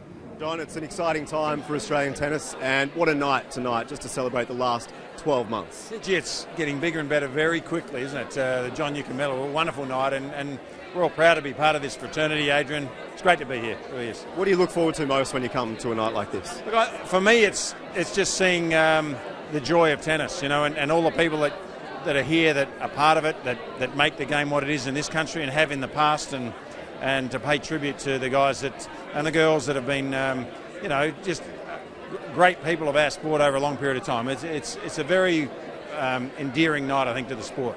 Enjoy your night. Thanks, Adrian. Well done, Adrian, and he's made his way back here. But that was a little bit earlier, of course, before Fitzy settled in with everyone here at Crown Casino for the Newcombe Medal. We're certainly enjoying the night here. Hope you're enjoying it wherever you might be. #Nukes if you want to send through any feedback, your thoughts on who might win the Newcombe Medal a little bit later on, and we'll hear John Newcombe present the award. Adrian, we are building up to what is going to be a big second half, the Spirit of Tennis Award to be announced as well. We know that Leighton Hewitt won the award last year, and Alan Jones has had an interesting year in radio up in Sydney, but he did make a great keynote speech honouring Leighton here last year. Last year, yeah, that was amazing. The passion of that speech was just overwhelming, and everyone was listening the whole time from start to finish. But I think it was justified. There's no doubt about that. Leighton Hewitt is an absolute legend, and tonight we'll see what happens. He's nominated. I mean, I don't know who your pick is, but he might get close, perhaps, Leighton Hewitt. Yeah, absolutely. Well, he's going to be right there alongside Casey Delacroix and, of course, Marinko Matosevic. I want to talk about Marinko. I know you're going to have a chat to him. You did have a chat to him a little bit earlier? I'm yet to, yeah. Okay, looking forward to it. Yeah, that is coming up. We noticed his fashion. Yes. Out on the blue carpet. So, Jay, can you take us through his fashion? Yeah. We would like you to ask him who he's wearing tonight. That's your challenge from us. It's quite an unusual question. Who are you wearing, Marinko? It's always such an unusual question, isn't it? Who are you wearing? What circles is that how we? That's how we ask. Not for we fashionistas. No, that's what we ask. So we've got no idea at the moment. We just don't know what he's wearing. No, and we're keen to know. What was going on there? It was a bit of blue. There was a bit of blue. Tie, or was it lapels? There was a bit of blue going on, a bit of black. There was a bit of blue. All right, so you put me on the spot. All right, I'm going to ask him then at some point. I'm going to ask him. Who knows how he'll respond, I suppose. That's part of the fun. Yeah. That is coming up. He's had an outstanding year, but of course we are building up to what is going to be a big summer of tennis. We're going to have the Australian Open wildcard, which will start next Monday, and we'll give you some details a little bit later on. Going to be a great week of action, with two players trying to get direct entry into the Australian Open come January 14. Olivia Rogowska is certainly going to be one of the big favourites in the women's draw. Sam Groth might be the top seed, who's had a really good year, creeping towards the top 200 in men's tennis. So it is going to be spectacular. The Australian Open, I tell you what, the players do vote this their favourite, don't they? They love coming here in January. As you can see, it's nice and relaxed, even in the corridors, all the entourages meeting up and wishing each other well.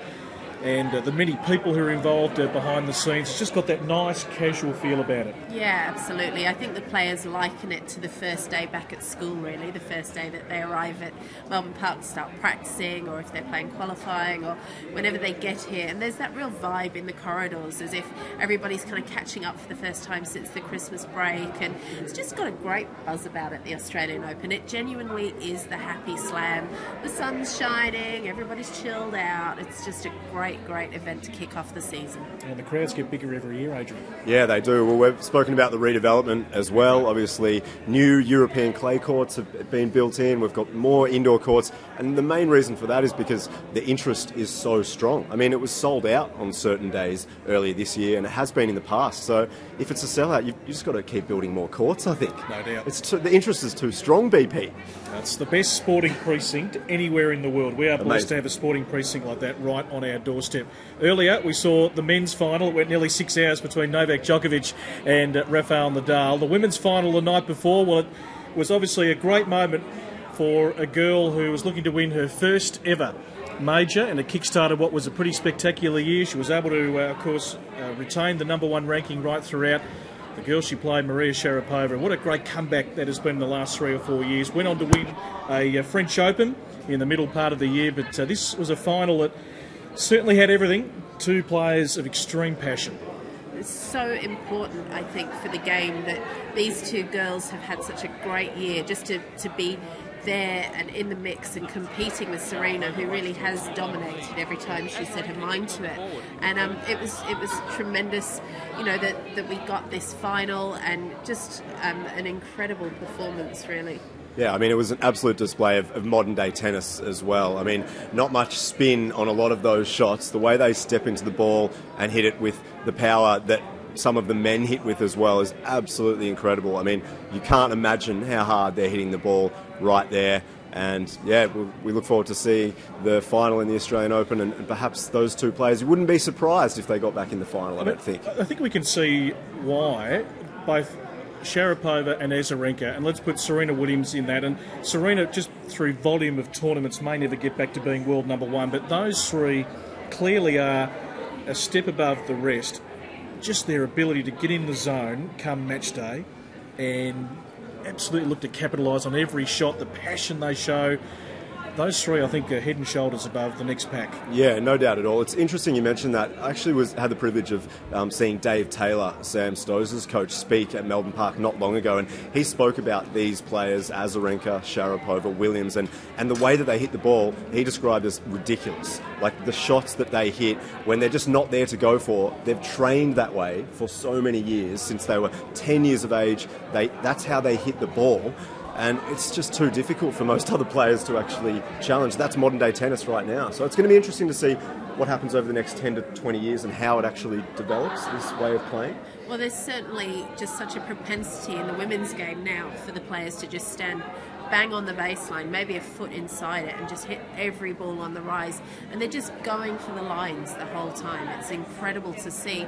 And I don't think that the television even does it justice. No, not at all. When you see it actually on court, the speed and the reaction time that they have and the pace that they're hitting the ball at is just breathtaking. Yeah, it was a great final, and a deserved winner in Victoria, Azarenka. It started what was a great year, but such is the evenness of women's tennis. Very hard for one player to totally dominate the whole year, but very consistent, winning 7 tournaments on the WTA Tour, and obviously got enough rankings points to be well clear as the world number one. And whether she can retain that, we'll have to wait and see. One thing she knows for sure is that Serena Williams is certainly not done yet. 48 of her last 50 matches she won this year. Had a great back end, winning Wimbledon, obviously the success at the Olympic Games, the US Open. Had her injuries and health concerns, but look, a bit like Roger Federer, they are showing no signs of slowing down. Yeah, well, I think they can admit pretty quickly that if Serena Williams turns up at any tournament and she wants to play, she is the best player in the world. I think it's just her mindset, and the Grand Slams are obviously her focus. When she's playing her best, you just can't see that anyone can really take it up to her unless an Azarenka or a Sharapova just play their best tennis on the day. Let's hope I'm wrong and Sam Stosur can take it up to her. She's beaten her in the past, so obviously she can do it again. Absolutely. The Trophy Tour, of course, started in China. It's working its way here to Australia for a January 14 start in 2013. Let's take a look.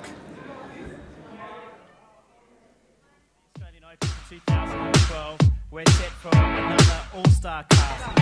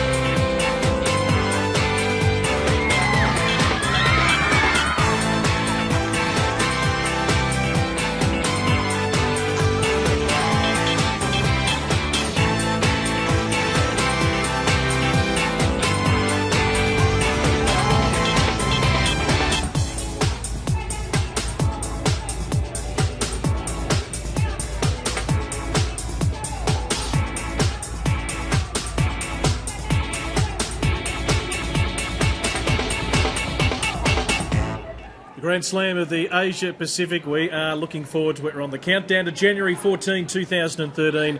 And the Australian Open, what a 2-week it is. We look forward to the many highlights, many scripts that will be written. The 4 nominees for the Newcombe Medal tonight, we're going to tell you a little bit about their year, just if you haven't been following them right throughout the year. Samantha Stosur, Leighton Hewitt, Casey Delacqua and Marinko Matosevic. Adrian, we might start with Marinko. I think that has been one of the great stories. 205 in the world to 49. It's a fair jump. Absolutely. Breaking into the top 50.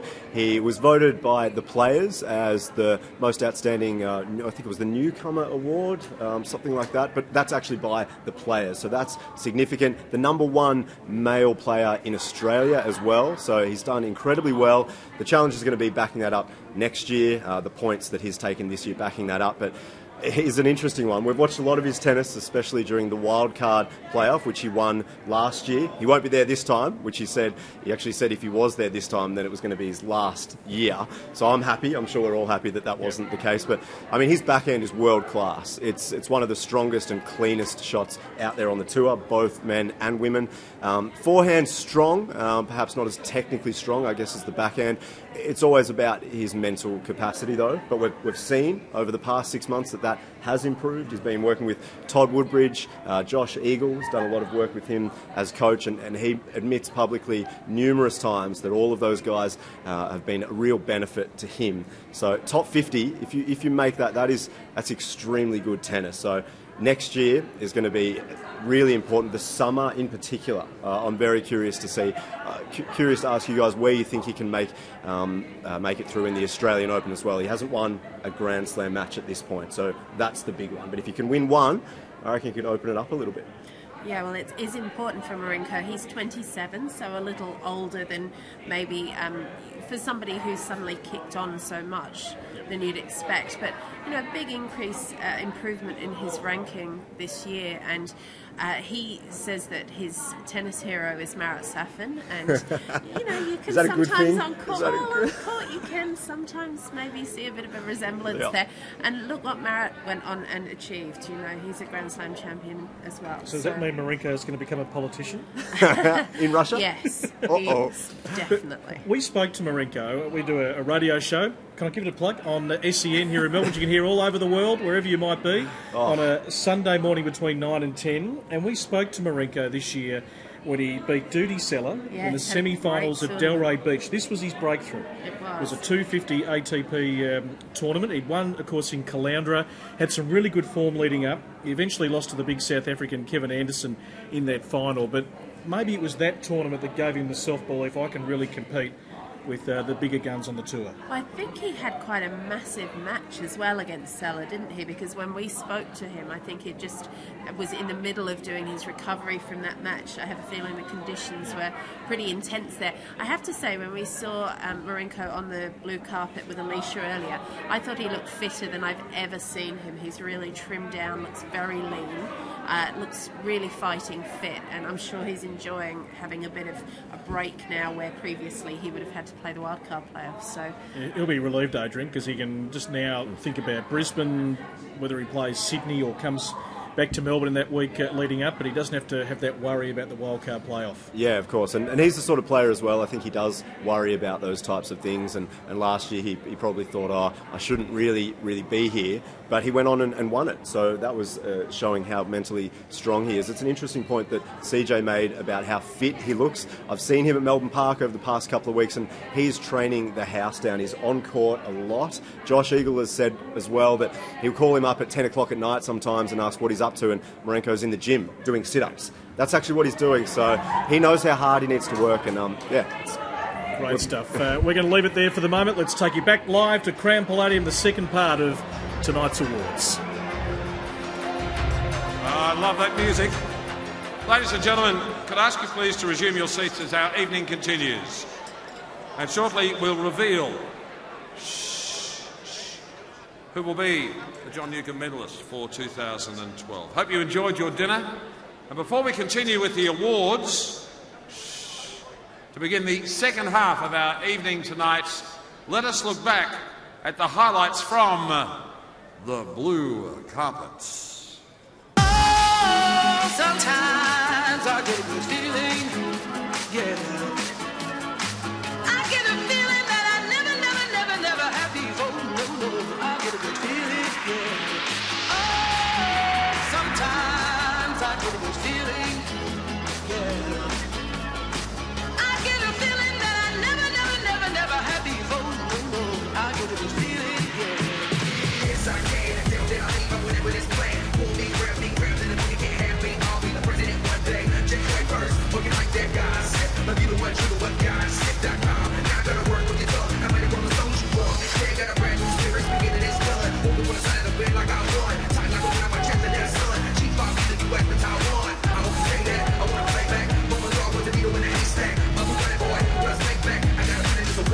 Oh, sometimes I get a good feeling, yeah. I get a feeling that I never had before. No, I get a good feeling, yeah. Oh, sometimes I get a good feeling, yeah. I get a feeling that I never had before. No, I get a good feeling, yeah. I'll tell you one thing. Gee, you're a good-looking bunch. There we go, the blue carpet highlights for 2012. Now to make a special presentation, would you please welcome Mr. Todd Woodbridge.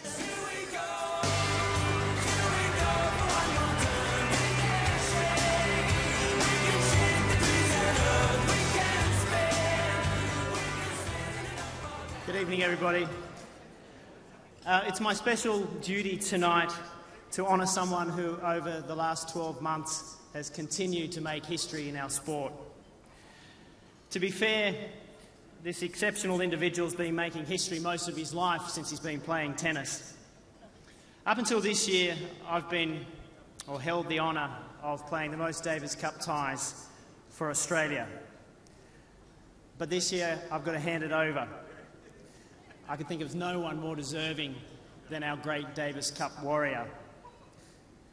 Leighton Hewitt has won an astonishing 50 matches in his record 33 ties when he's represented Australia, and he embodies what the Davis Cup competition is all about. Ladies and gentlemen, I'd like you to put your hands together and welcome to the stage Leighton Hewitt.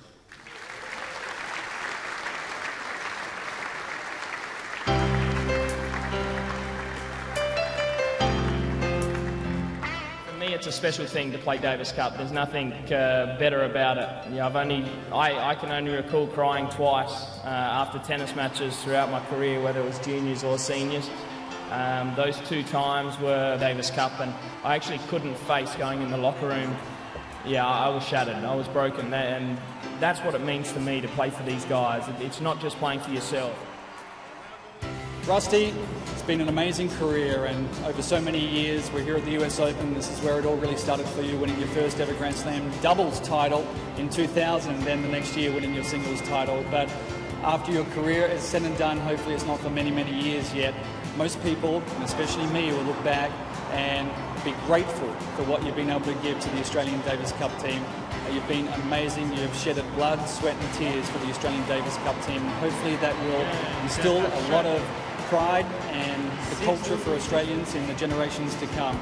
You've been a legend, mate, for the Aussie team. I hope it continues, and I hope you break a lot more records for the years to come. Well done, mate. I was privileged to sit courtside when you beat Quirton down in Brazil. I saw you take Federer from 2 sets to love down, so, mate, it's been a great ride. I owe a hell of a lot to Nuke and Tony Roach for the way they instilled me into Davis Cup and taught me what Davis Cup was about and what it meant to get to play for the green and gold and to go out there and play with pride every time we stepped on the court for Davis Cup. It's a credit to you for your longevity, but also a credit to your passion for the sport and for our country. As a tennisman now in Australia, you've been an absolute model for so many kids. You taught everybody, including people that have been lucky enough to coach you like myself, a lot about the game. Rusty, hell of an effort, mate. We shouldn't be surprised. Breaking the all-time record for an Australian player, that's just simply amazing. Mate, you've done it time and time again where you've surprised us all, come out and just given us that little bit extra. An amazing role model for Australian tennis and simply a good bloke as well. I remember the first time that you turned up in a Davis Cup tie. It was that infamous tie where Australia was playing France at White City. I was playing singles, Rafter was playing singles, and I remember you turning up as Orange Boy with Nathan Healy. Both of you were actually ball kids, if you can believe it, ball kids for Paddy and I as we were warming up the day before the tie. And, you know, that was years ago, and now after all this time, you've taken on a huge role. Congratulations. You've been such an ambassador for the sport of Australia, a warrior for the Davis Cup team. Thankfully, I never had to play you in Davis Cup because I think that's a big ask. To go out there when you've got the green and gold on your back is about as tough as it gets for an opponent. But I have a lot of pride in what you've achieved for your country. Good luck and Godspeed, Leighton Hewitt. Is this the greatest moment in your Davis Cup career? Yeah, without a doubt. This beats the hell out of winning the US Open or Wimbledon, I'll tell you right now.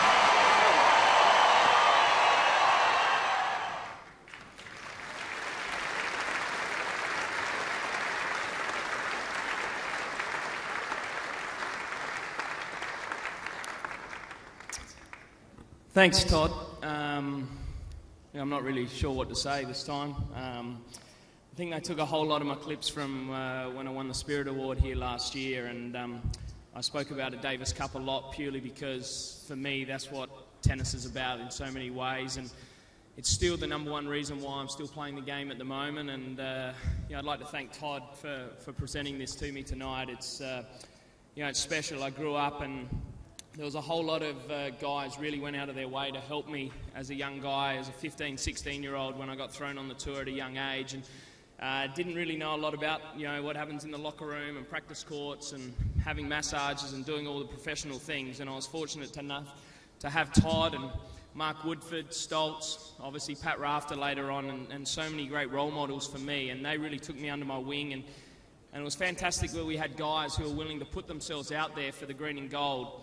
No matter the time of the year, the schedule, it's not always easy to make your schedule around Davis Cup ties. And at certain stages it sets you back and you lose ranking points, you lose prize money for doing it. But at the end of the day, I'll never forget my coach, Jason Stoltenberg, who coached me through 2002. He said to me when I was in the Davis Cup squad for the first time, he said, "You'll have your greatest ever tennis memories from playing Davis Cup, and you'll have your hardest memories in terms of losses in Davis Cup," and it couldn't be more true. For me, when I look back, I've obviously been fortunate enough to have so many great moments, but there's been a lot of tough moments as well. So, those guys owe so much. I've always spoken about, obviously, John Newcombe, who he was my first captain, who put so much faith in me in Boston. When Flip did his knee just before the tie, and I was only 18 at the time and had to go out and play alongside my idol, Patrick Rafter. And I was obviously nervous, but Nuke was able to find a way to get me through that. We drew a line in the sand and we kept pushing forwards, and he had great slogans, obviously, going through. And my great mate, Tony Roach. And, it's been fantastic that he's back in the Davis Cup fold, because he is what Davis Cup's all about as well. And he helps out the juniors behind the scenes so much, which means so much to everyone in the Australian community, Roachy. So, mate, this is for you as well. Thanks.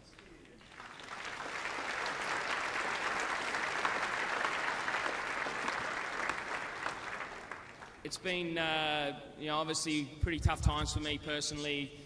Very stop-start over the last 4 or 5 years. And to tell you the truth, the Australian Open earlier this year, I was really struggling, obviously, with my foot injury, and knew that I was going to have surgery straight after the Australian Open. And basically only the Davis Cup boys knew I was in that kind of position. I sat down with Roachy and Pat before the Geelong tie, where we were playing China down there, and I told him my position. And Pat said, you're going to have the surgery straight after the tie. And going out there, for me, it was weird, because I equalled Todd's record at that tie. And deep down, and my wife Beck and family knew that we didn't really know how the surgery would go. No other athlete had it at the time. So for me, I feel so fortunate to be able to still be playing tennis and to still be playing Davis Cup tennis. And that's why, doing all the rehab, all the hard work back in the back in the gym, that it means so much more when I'm able to get out there and compete for my country. So I don't know how many more are left, but obviously, I've told Pat that I'll only retire when he tells me to. So hopefully I've got a few more left, and I can't wait, obviously, to get to Chinese Taipei straight after the Australian Open in February. And I'd just like to thank all the guys who I've played Davis Cup with over, I don't even know how many years, since 1999. It's been a privilege to have you guys on the sidelines. And for me, there's something special about playing Davis Cup, because you look at your teammates in the locker room, or you look at them on the side of the court as you're out there in battle, and they're there with you, and you look them in the eyes, and you know that you're going to go that extra distance with them. And for me, there's been nothing more truer than the last 2 Davis Cup ties. I've played doubles with Chris Guccione, and we've beaten some quality players. And Gucci isn't the most emotional guy by any means, and Big Red, for some reason I'm able to look him in the eye and try and take him that extra distance, and I know that he's going to do exactly the same for me, and it means a lot. So I'd like to thank all my Davis Cup captains. I know Fitzy's here, and obviously Wally Masur. Darren's been involved in the past, and there's been so many greats, and now obviously Pat and Roche, so it's fantastic. So thank you.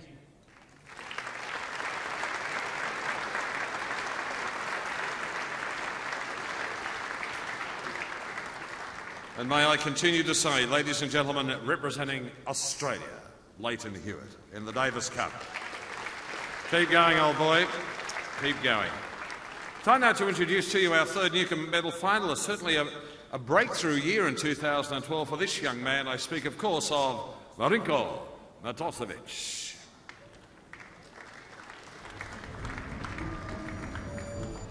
In 2012, Marinko Matosevic's hard work and passion for the game saw him move inside the world's top 50.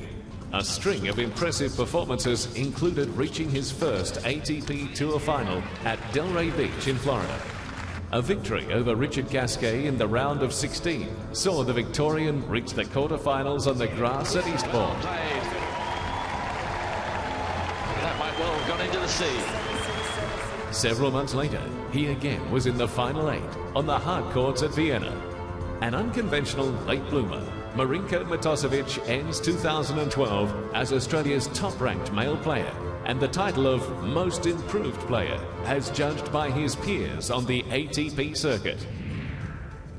And ladies and gentlemen, standing next to our third finalist for the Newcombe Medal, Adrian Franklin, is with Marinko Matosevic.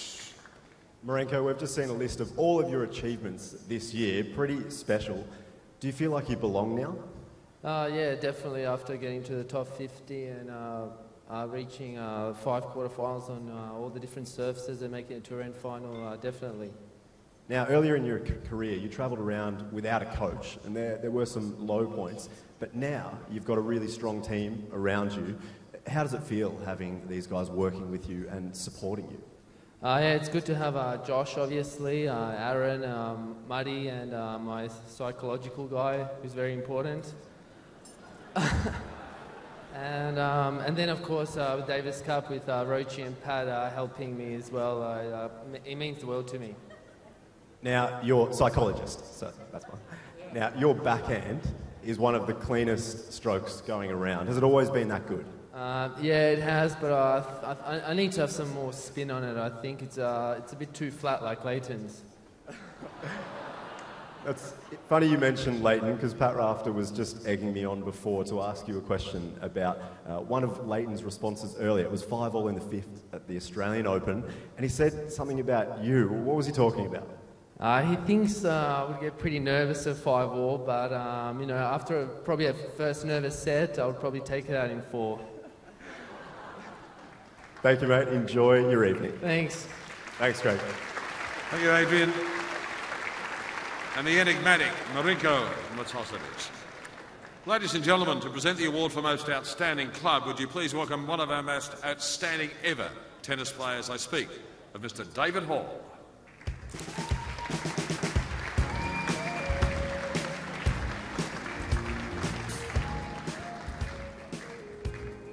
I just want to begin by saying what an honour it is to be here tonight. I've had a lot to do with Nuke over the year, and he has been a huge support of wheelchair tennis, so thanks, Nuke. Thanks, mate. You know, tennis clubs and centres provide facilities and programs to the community that are crucial to get people playing tennis. This next award recognises clubs that have an inviting culture, are accessible to the public, and offer multiple competitive opportunities for players. The finalists for the Most Outstanding Club are Alexander Park Tennis Club, Western Australia. Community is a big part of this tennis club, and you can hear the noise in the background. I think we've got a lot of people that come down for a social drink, particularly on a Friday afternoon.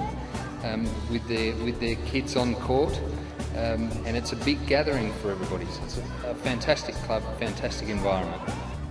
City Community Tennis Centres, New South Wales.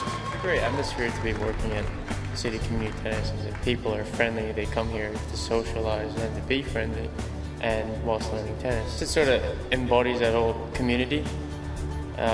People around this area all come after work or even before work, and the keen ones come at lunch. Gove Peninsula Tennis Club, Northern Territory.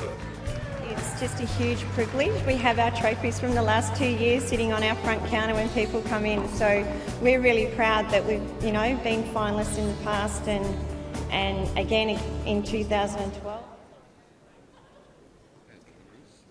And the winner is City Community Tennis Centres.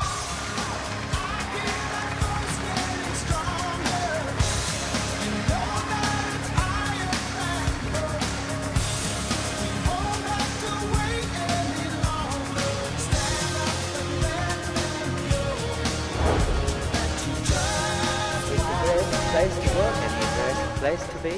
I get to talk to a lot of people and play tennis at the same time. You can't ask anything else for more.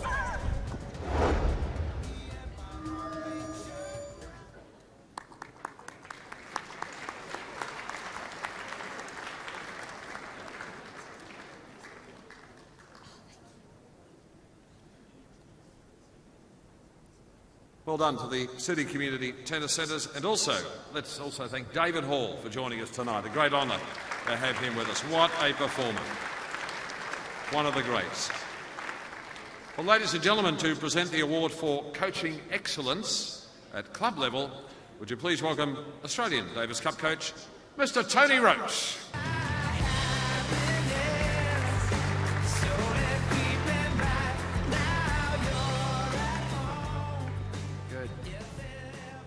Good evening. This award recognises the coaches that work tirelessly to offer quality programs, create competitive opportunities and display an ongoing commitment to actively grow the game within their community. The finalists for coaching excellence at club level are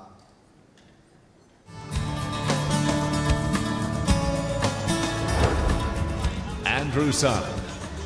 Seeing the development of my players, and not only my players but my team of coaches as well, just to be recognised for doing what I do every day. I think I appreciate Tennis Australia recognising what I do. Wesley Hoskins. As I consider Australia to be one of the strongest coaching countries in the world, and to be nominated as the top 3 coaches in Australia is a very exciting effort. I'm really happy if I could get in the finals. A great effort, but obviously winning would be unbelievable. Clint Fife. Sometimes a tough gig, work long hours, get home pretty late, so you don't always get a lot of accolades in the sport, but yeah, it's good to be recognised and it makes the hard work worthwhile. Okay, and the winner is Wesley Hoskins.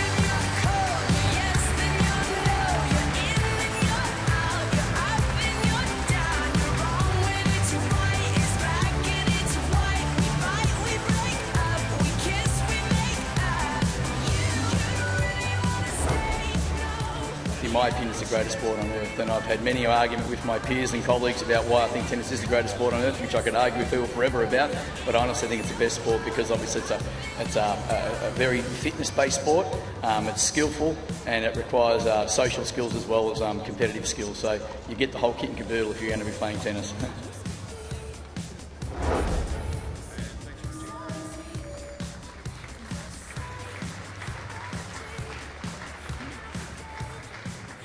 Congratulations, Wesley, and Tony Roach, thank you for joining us here tonight.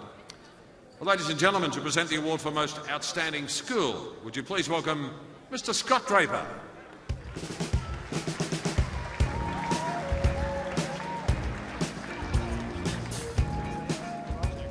Absolutely. Good evening, everyone. Schools play a crucial role in the tennis community by introducing primary and secondary students to tennis and providing links to their club and coach. This award recognises schools that have tennis incorporated into their curriculum, and tonight's winner will also receive $5,000 from Tennis Australia for their outstanding efforts. The finalists for the Most Outstanding School are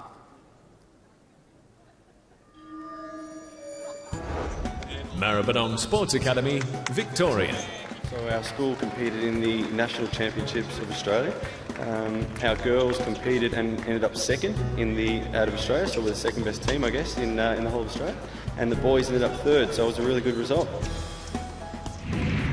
St Andrews Anglican College, Queensland. Just seeing the enjoyment of the kids. I think we've got nearly 300 students involved in the academy now. Seeing the enjoyment of the kids in the PE program, the after-school program, the tennis breakfast that we run with the girls. There's just so much going on, and I think the whole community has really embraced it. Nightcliff Primary School. Located in Darwin, Northern Territory, Nightcliff Primary has transitioned into a mini tennis centre that has been embraced by the entire school community. Nightcliff Primary have independently established the Lunchtime Tennis Coaches Initiative, where selected students take a leadership role over the tennis programs. And the winner is Maribyrnong Sports Academy.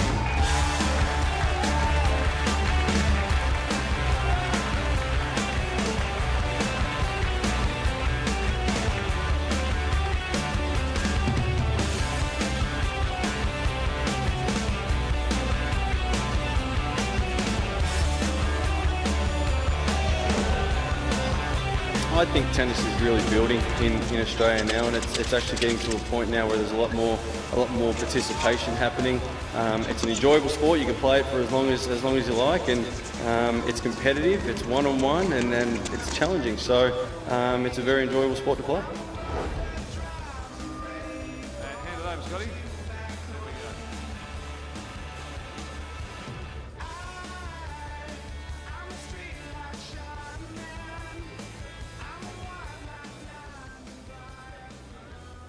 I'm delighted to announce that the Maribyrnong Sports Academy are combining with the Ulsterwick Tennis Centre to become a real power in Australian tennis.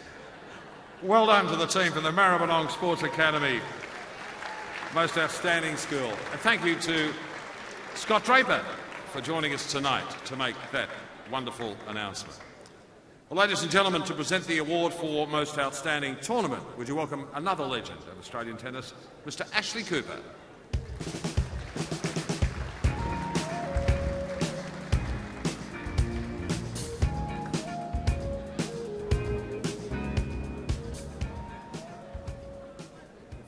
For this award offer an outstanding tournament experience for players both on and off the court. They provide a positive tournament atmosphere and engage local sponsors, media and the wider community. The finalists for this most outstanding tournament are 2011 William Loud Bendigo International, Victoria. William Loud Bendigo International began in 2009 with the first event here at the complex following the redevelopment of the surface here. And we got lots of support from the community, lots of media engagement. We also live streamed the event through Tennis Australia's YouTube channel, and just really had a lot of people around the site and supporting the process. 2012 Cairns Tennis International, Queensland.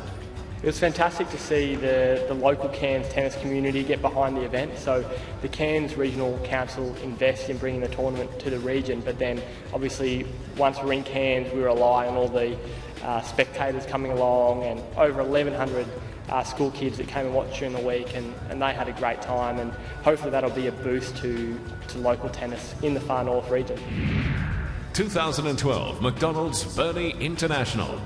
The 2012 McDonald's Burnie International was a great success, with a record number of men's and women's entries and significant increase in popularity through live streaming of the entire tournament. The tournament was an event for the community and saw 11 Australian Open Grand Slam players compete in the event. And the winner is 2011 William Loud Bendigo International.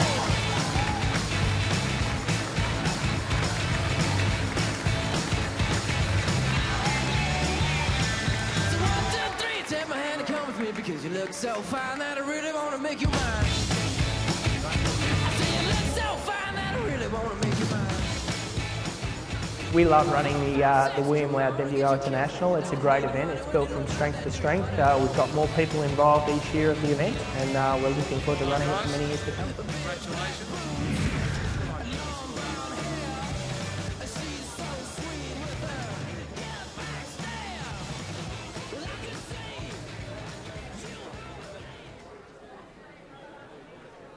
So well done to the team, the winner of the best tournament, the 2011 William Loud Bendigo International on the Pro Tour Series. And thank you to Ashley Cooper. Great to see Ash here tonight. It's time now to introduce our fourth and final Newcombe Medal finalist. Great to see her back on the international stage. I speak, of course, of Casey Delacroix.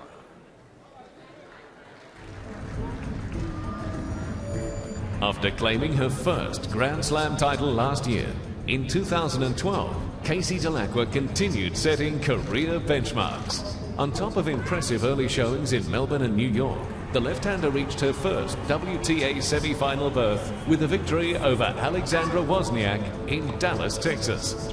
In April, the West Australian confirmed her reputation as a doubles player, partnering with Jamila Gadjasova in the Fed Cup playoff against Germany in Stuttgart. The pair won their vital match in straight sets. Casey finished the year ranked well inside the top 100 and Australia's second-ranked female player. Sadly, Case can't be with us tonight, which she was very sad about. She's preparing for the summer ahead, and of course she opens her campaign in 2013, teaming with Bernard Tomic in the Hopman Cup, the brand new Perth Arena. And what an outstanding event that is going to be in that wonderful, wonderful new venue. I think we've got a group from Perth here tonight. Welcome to you. I know you like visiting us over here with colour television, things like that. But I am so looking forward to the Hopman Cup, and I think with the field that's been assembled for the event, it is going to be outstanding, and so looking forward to that brand new arena. Let's move into our final coaching award for this evening in the high performance category. And to present this award, would you please welcome the high performance Davis Cup captain, Mr. Patrick Rafter.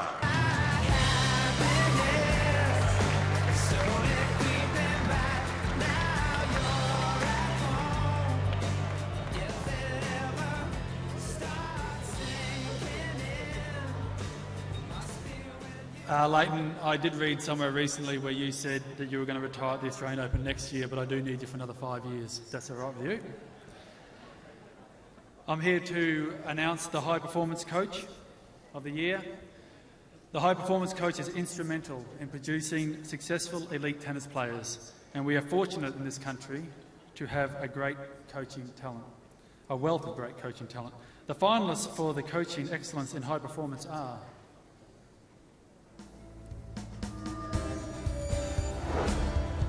Josh Eagle. Josh Eagle has coached 2012 Newcombe Medal finalist Marinko Matosevic to reaching his first ATP Tour final in Delray Beach.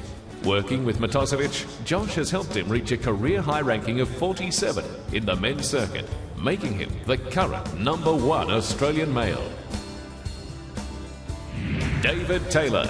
With the Fed Cup this year, we got to the final 8, and it's been a lot of years of work and team effort, team building, and I was really happy that the girls had 2 very good wins, but the last win, especially against Germany, against 3 top 15 players, was a great effort. So I think that's the highlight from the coaching from my perspective this year. Des Tyson. The general improvement of my players, in particular Luke Saville, who's really trying to make that transition from juniors to seniors. Nick Kyrgios stand out with two Grand Slam titles, and he's developing quite nicely as well. And the winner is Joshua Eagle.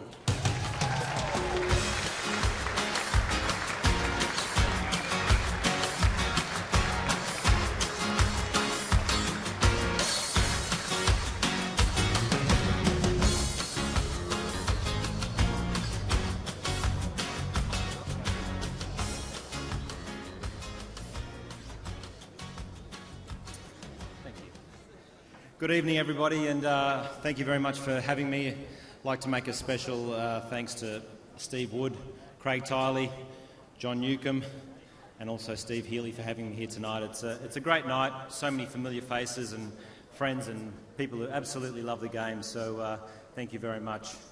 Marinko, hell of an effort this year, mate. Gone from outside 200 to 49 in the world this week. You've certainly outdone yourself, mate. Number 1 Australian, sensational. There's been a few other people who have played a large part in helping Marinko get to top 50. I'd just like to mention Kath, sitting over there next to Marinko. You've been outstanding this year. Your organisational skills, you've been reliable. We couldn't have done it without you, Kath. Thank you very much. Also, I'd like to thank Aaron Keller. I know you're sitting down the back there. Aaron, your enthusiasm, your knowledge, what you've brought to strength and conditioning here in tennis in Australia has been impressive. Looking forward to many more years of working with you, Aaron. Well done. Also, Darren McMurtry, I'm not sure if he's here tonight.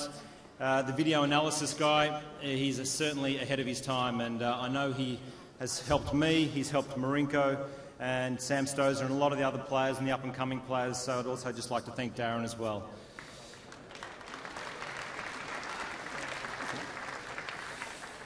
A lot of you guys probably are not that familiar with Marinko Matosevic, and those of you that are, it's a roller coaster ride, there's no doubt about it.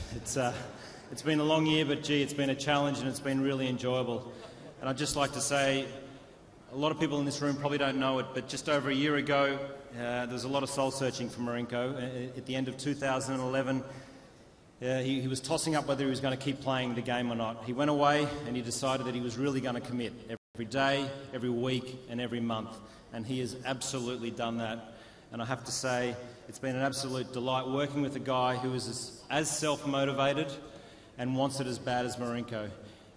Yeah, he can be a pain in the arse at times, a big pain in the arse, but your dedication to the game, Marinko, your commitment, your work ethic, it's absolutely paid off. And I must say, you should give a lot of other players, I know there's a lot of young guys here in this room, you should give them incredible self-belief that if you can get to top 50 in the world, then so can they. So Marinko, well done. This is you, mate, all you.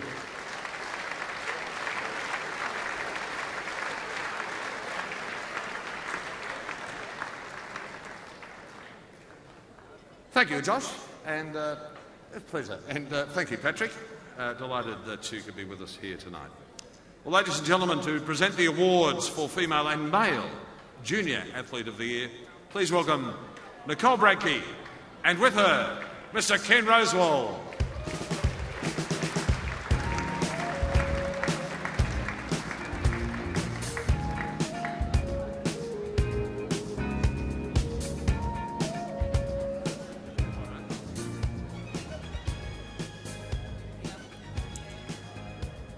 Our great crop of junior athletes makes these two awards hotly contested.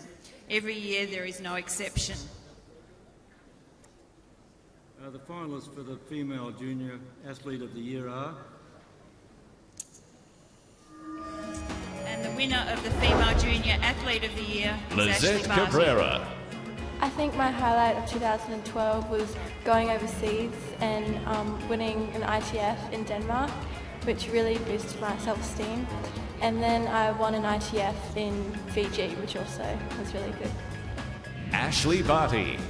I mean, being nominated for the Newcombe Medal for a third year in a row is really nice. You know, I've won it the past 2 years, so you know, I'm just happy to be nominated this year, and we'll see how it goes. Destiny Aeva. My best achievement in 2012 was winning the Longines Roland Garros tournament because I got to play in Paris and meet Steffi Graf. I feel very excited and it's an honour to be nominated for this award.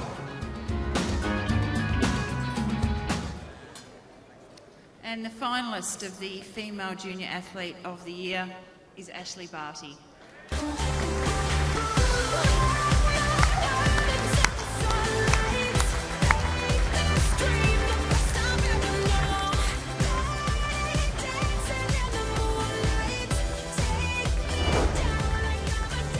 Next year, I suppose we'll see how my ranking is, and hopefully I'll be inside the top 200 by the end of the year, and you know, hopefully we can place with quality of the slams and just see how we go.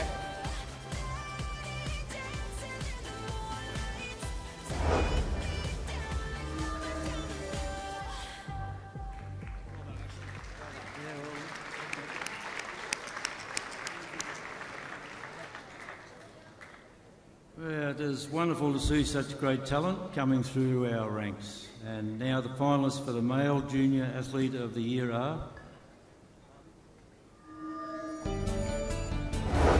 Harry Bouchier. I had some great success. The highlight was probably Junior Davis Cup not long ago in Barcelona. Really had a good time there and played some great tennis, some of the best I've played, so really happy with that. Jacob Grills. Making quarter-final of my first future, or getting my first ATP points, so yeah, they were all pretty big moments.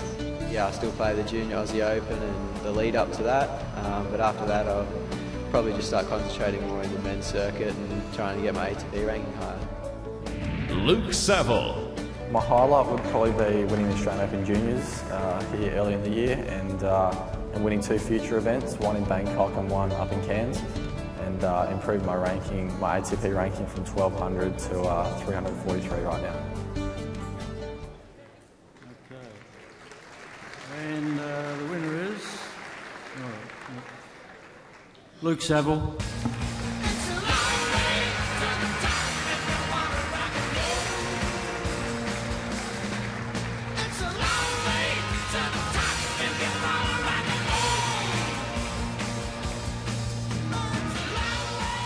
My future plans would probably be playing Davis Cup in the near future. I love the team atmosphere, the team environment. I won the Junior Davis Cup, which is a 16 under world competition 2 years ago.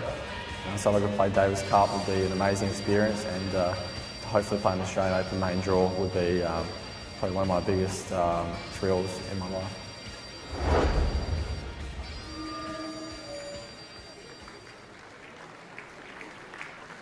Well done to Ashley and to Luke, and thank you to Nicole and the great Ken Rosewell for joining us tonight to present our awards for the junior athletes, male and female, of 2012.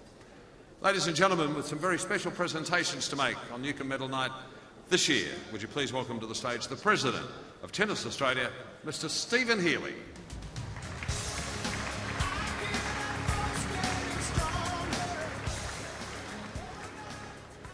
Well, good evening, everyone. What an absolute privilege it is to be here on this special night amongst so many great tennis people.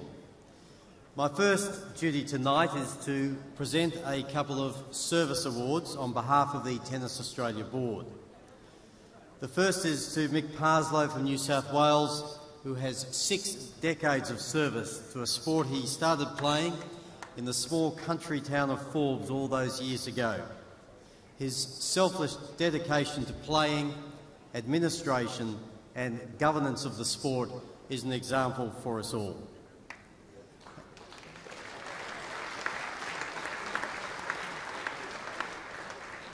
And also to Ken Laffey from Queensland, who started his involvement back in 1969. Apparently the year man first walked on the moon, but that wasn't Ken.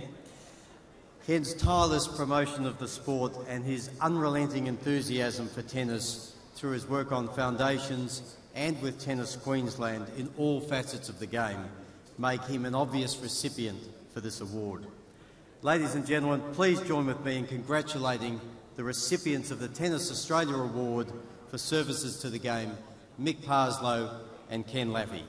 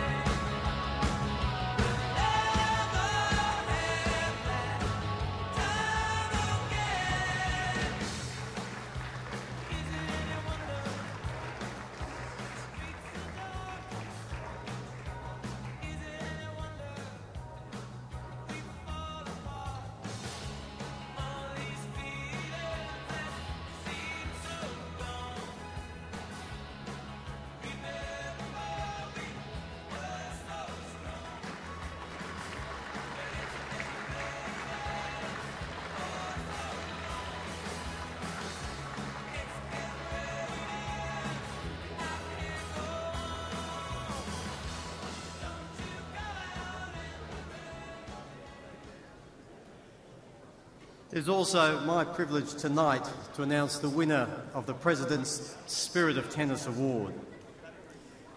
This is an award in recognition of a lifetime of work conducted in a manner that is truly exceptional, that exemplifies the spirit of Australian tennis. It is as much about diligence, commitment and attitude as it is talent. This year's recipient epitomises the spirit in which we should all approach and indeed love the game of tennis. He is a role model for role models. Many of you will know him for his incredible achievement in taking a gifted 11-year-old boy and helping transform him into a Wimbledon champion. But his gift to tennis is much broader and deeper. It spans virtually 5 decades and hundreds of talented kids, and it continues to this day. His latest contribution includes working with the Tennis Australia team establishing the Super 10s, and I am reliably informed he was hard at it just yesterday afternoon at Dendy Park, helping give yet another generation another unforgettable tennis experience. Of course, I'm talking about Ian Barclay.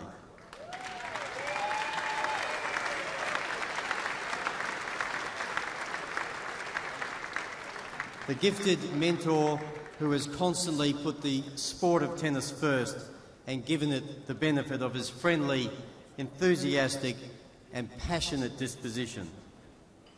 Ian Barclay's credits don't just include Pat Cash, or for that matter, Tennis Australia's CEO Steve Wood. There have been dozens of national champions along the way. But it is not just his success as a coach, it is his manner and the way he has prepared many a young person for life. For Ian Barclay is one of the truly great mentors, and our sport is lucky to have him. In fact, as one story goes, many years ago, he was actually at the Vatican prior to a junior championship in Milan with a very young Pat Cash and his teammates. And Pope John Paul II appeared and chose to bless just one person in the audience, Ian Barclay. He knew a good tennis coach when he saw one. And somewhat ironically, Ian was apparently the only non-Catholic in the audience. I hope you've converted, Ian. But ladies and gentlemen, it is we in the sport of tennis who are blessed to have people like Ian Barclay so committed to our sport. It is with great pleasure that I announce the 2012 President's Spirit of Tennis Award goes to Ian Barclay.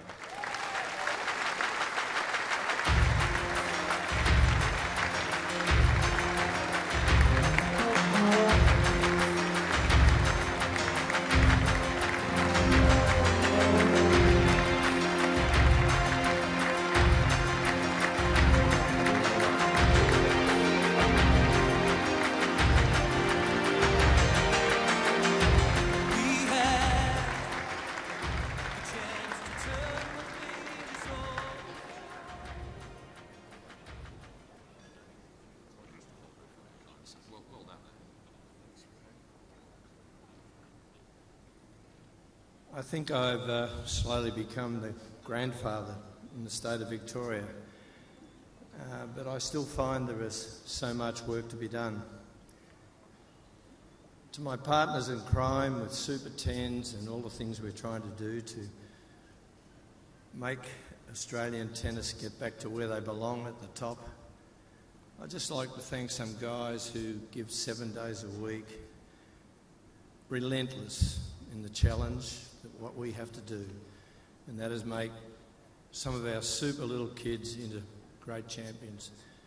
To Kim Kashal and to Bernie Gerlitz, who work 7 days a week for the future of our sport. It's relentless, and none of us will ever give up. I only hope that some of these little ones that we're pouring so much time in, I don't know if I'll be around when they make it, but I can assure you they will, because we will make sure. Thank you very much.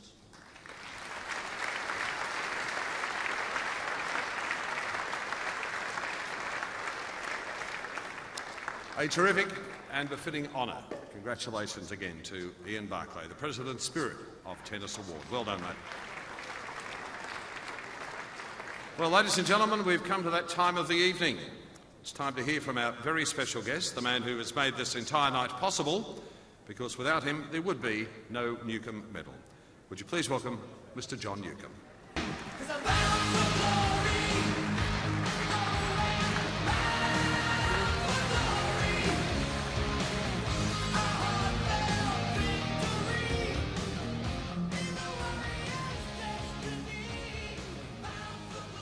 Great to have you, mate. Firstly, Movember has finished. You mean I can take it off now? No, every month is Movember for you. It's great to see you. This is our third night for the Newcombe Medal. It's just got bigger and bigger, hasn't it? It's terrific. It has, and Craig, I want to take the opportunity to congratulate everyone at Tennis Australia, because I think Sam really hit the nail on the head when she said before, yeah, it's great to win the medal, but for her it was like, I'm just part of what all these awards are about. People from all around Australia are achieving these awards. All of us who have made it to the top or are playing on the professional circuit, we've all come through there, and we've been helped by the people, the volunteers, and everyone that helps the game down at the bottom. So what a great night for tennis, and congratulations to Tennis Australia for the night. Well said. And it is a celebration, John, of the tennis community, isn't it? Which is fantastic. Yeah, the tennis community, you know, there's one thing I want to say is that for you young kids that are here tonight, and parents or you coaches that are here, we have to teach our kids the history of the game.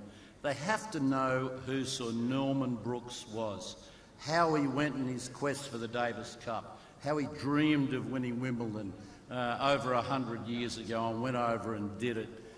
We have to know how Frank Sedgman became such a fitness fanatic and conquered the world, and from Frank how he went on for 25 years to rule the world. All that history, that's what Australia is all about. That's where I came from, that's where Roche came from. Marinko, I tell you what, all we did was we watched what Emo and Rocket and Fraze and all those guys did, and we said, oh, they're the best in the world, we'll just do what they did. So 100% work ethic to us just became normal. Well said. We have 4 finalists for the Newcombe Medalist. Would you like to remind us who they are and announce the winner of the Newcombe Medal for 2012? You have them down here? No, I've got my glasses. Got yours?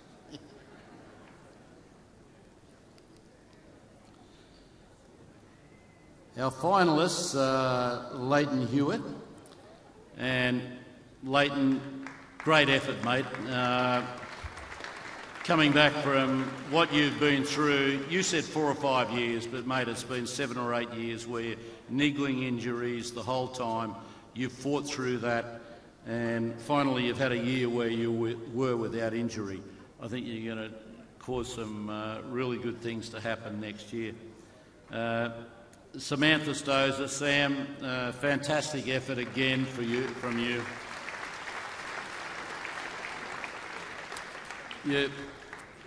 Like the rest of Australia, I've just got my fingers crossed for you that during this Australian circuit you play your best possible tennis. And that's what we want to see, so go out and get it done. Marinko Matasevic. Marinko, we've had a talk 2 years ago, I think, and you'd gone out and you just sort of joined the squad, and Roche had you out there training. In the first session, after 15 minutes, you threw up on the court, and you started to get what it was all about. And it seems like you're really starting to get it now. So terrific year, mate. Well done. And also congratulations for Pat treating you pretty harshly in the beginning of the year. You deserved it. You could have done one of 2 things after that. You could have gone off and sulked, or you could have dug your heels in and come back strongly, so well done.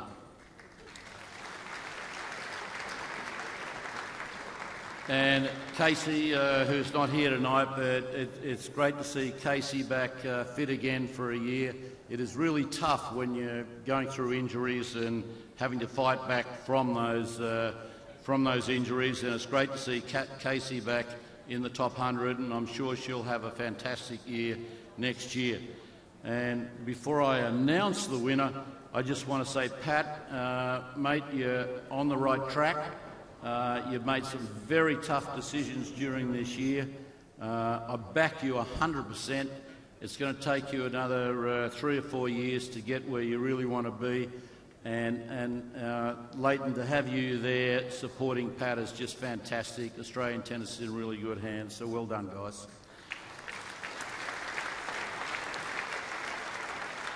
So it gives me great pleasure and an honour to announce the winner of the Newcombe Medal for 2012 is Sam Stother.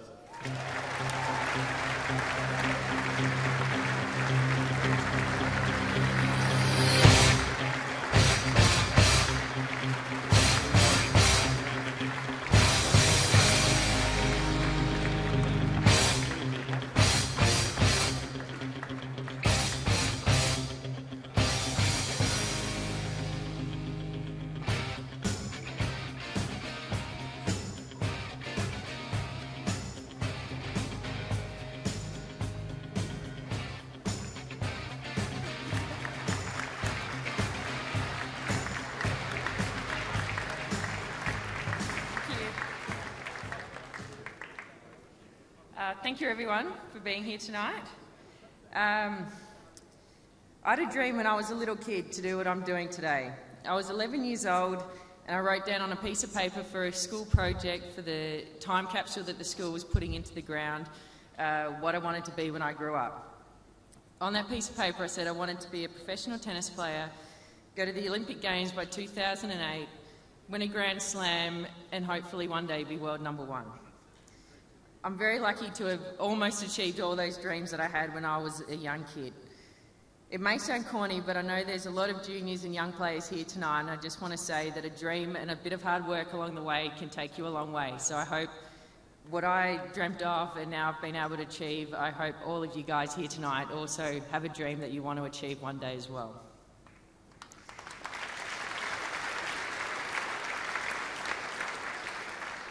It was really humbling. I actually went back to that school a few weeks ago and read that letter out and shared it with all the kids at the school that are now there today, and it was just fantastic to go back there and share that moment with them, and I hope I also gave them kind of something to remember while I was there. I also remember watching Pat win the US Open and watching that is exactly what I wanted to do, and now that I've been able to do that, I hope if there is one person out there, one kid who saw me do that and hopes to follow in my footsteps, then that's something that I'm going to be very proud of, and I think that'd be fantastic. I'd like to congratulate all the other nominees and who've been in for this award. I'm sure they all know it's been a long with me, and we all always think it's been a pretty long and tough road, but I know at the end of the day we all know it's worth it to do what we love. Last but not least, I'd like to thank Dave, my coach, for spending all the hours and weeks and time on the road he does with me. I'm sure it's very, very difficult to be away from your lovely family, so I also have to say thank you very much to Dave for always believing in me and being there right beside me. And congratulations to everyone for whatever you've won tonight and for being here tonight, and that we all get to celebrate this lovely sport together, and a sport that we love. Thank you.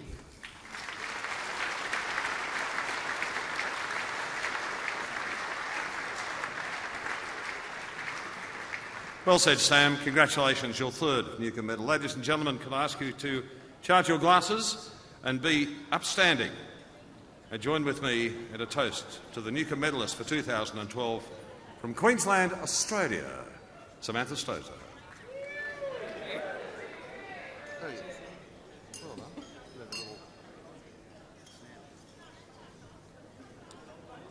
French.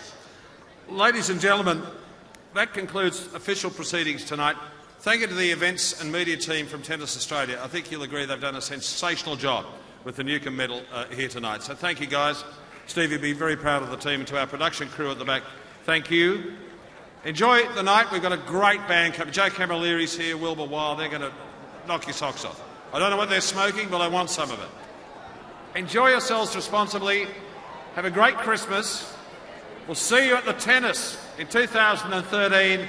Well done to Samantha Stosur. Let's have a look at her on the court. And a very good night to you all.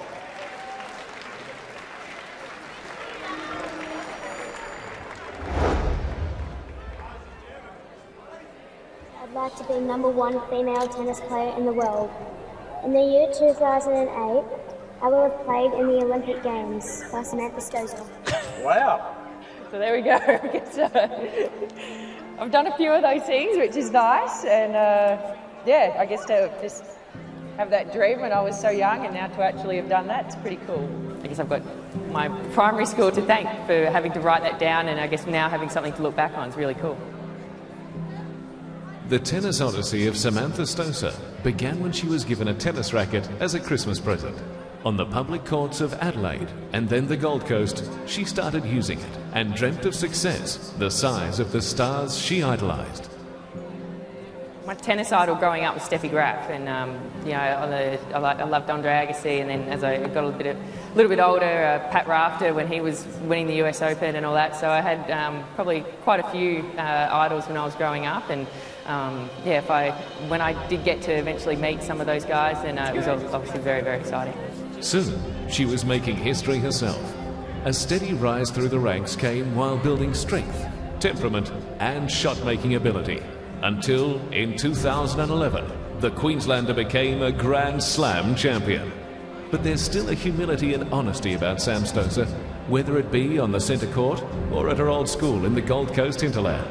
The character needed to make it on the ruthless professional circuit hasn't taken over belief in the basics: hard work, passion and responsibility. Whether you want to be or don't want to be, you're going to be a role model, and you know, the people that I always looked up to behave very well, and I don't think, well, because you're a good tennis player or a good sports person or whatever you are, then you can get away with doing the wrong thing. So I think you do what you do and treat people the way that you want to be treated, and that's always something that I've tried to do, and be respectful of others and enjoy myself. So I don't think that's going to get me into any trouble, so I'm happy with that.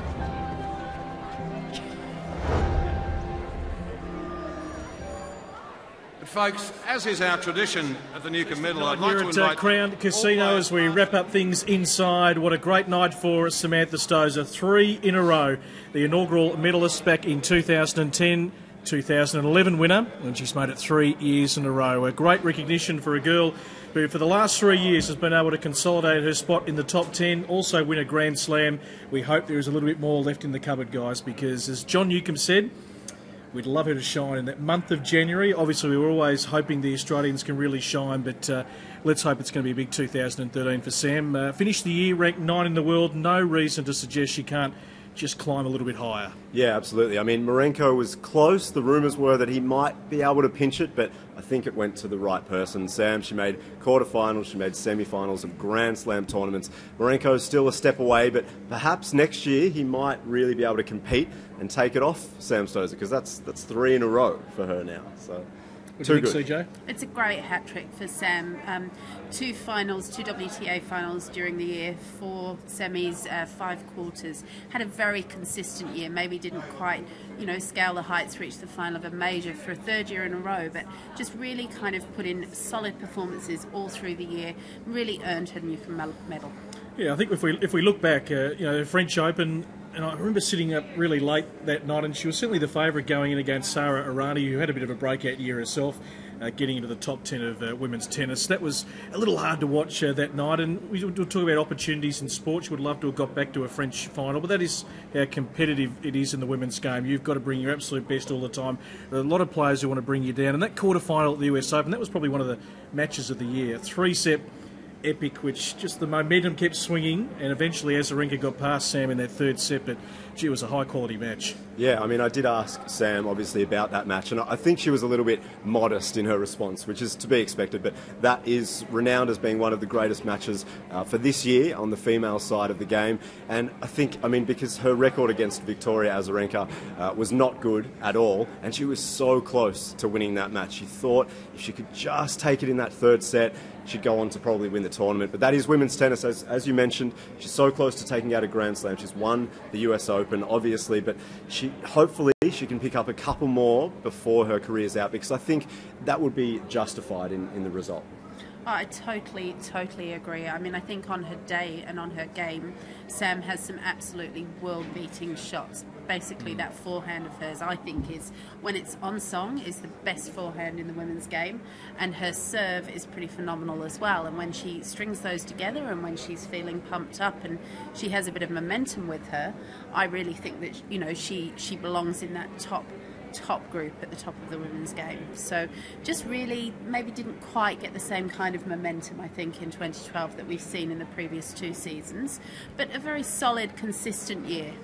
Yeah, I mean, it's interesting to look at the top 10 in general. I mean, Sarah Rani crept in, Angela Kerber, the lefty from Germany, came into the top 10. Obviously, we saw the retirement of Kim Clijsters.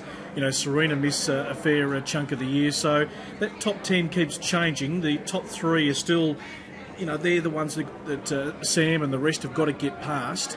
But certainly she's shown on her day she can beat anyone. So who knows? Sky's the limit. Still in that range where she can add some more Grand Slam success, hopefully. Yeah, definitely. Well, it comes down to the power, I think, that is a bit overwhelming on the women's side, and those players we've mentioned, Sharapova, Kerber as well, Stosur and Williams, if they are there on the day, they feel good, their power is just going to be overwhelming. So it will be interesting to see over the next 5-10 years to see if the game comes back a little bit more, or if it's just a power game from the baseline, as we've seen over the past 5 to 10 years. No doubt. Just wrapping up, guys, and thank you for joining us on newcombemedal.com.au tonight. The awards in the second half, of course, the City Community Tennis Centre is taking out the most outstanding club. Wesley Horskin's taking out coaching excellence in a club environment. Most outstanding school went to Maribyrnong College.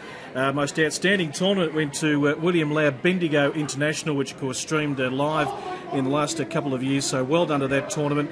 Josh Eagler, I thought, made a terrific speech. Coaching excellence at the high performance level had a lot to do with Team Hewitt and also a lot to do with the rise of Marinko Matosevic. Ashley Barty, Junior Athlete of the Year in the female category, and Luke Saville in the male category. And Ian Barclay, well, when I think of Pat Cash, I instantly think of Ian Barclay, but as his speech told us tonight, he is known for so many moments in tennis and the development of so many young kids. And for a guy in his 70s to be still putting in that level of passion is absolute testament to the man. Yeah, I completely agree. I've been fortunate enough to do quite a bit of work actually with Ian Barclay through the Super 10s competition that he did speak about, which is a 10 and under program. It's a national program now, but it was striking how genuine he was when he was up on stage. He spoke only about these kids coming through, and that's what takes his life over. He really believes that if you start at that age and you work with them and you're positive, he wants to see some of these kids turn into Grand Slam champions, and it is great to see how genuine he was up on stage. It was a special moment. No doubt.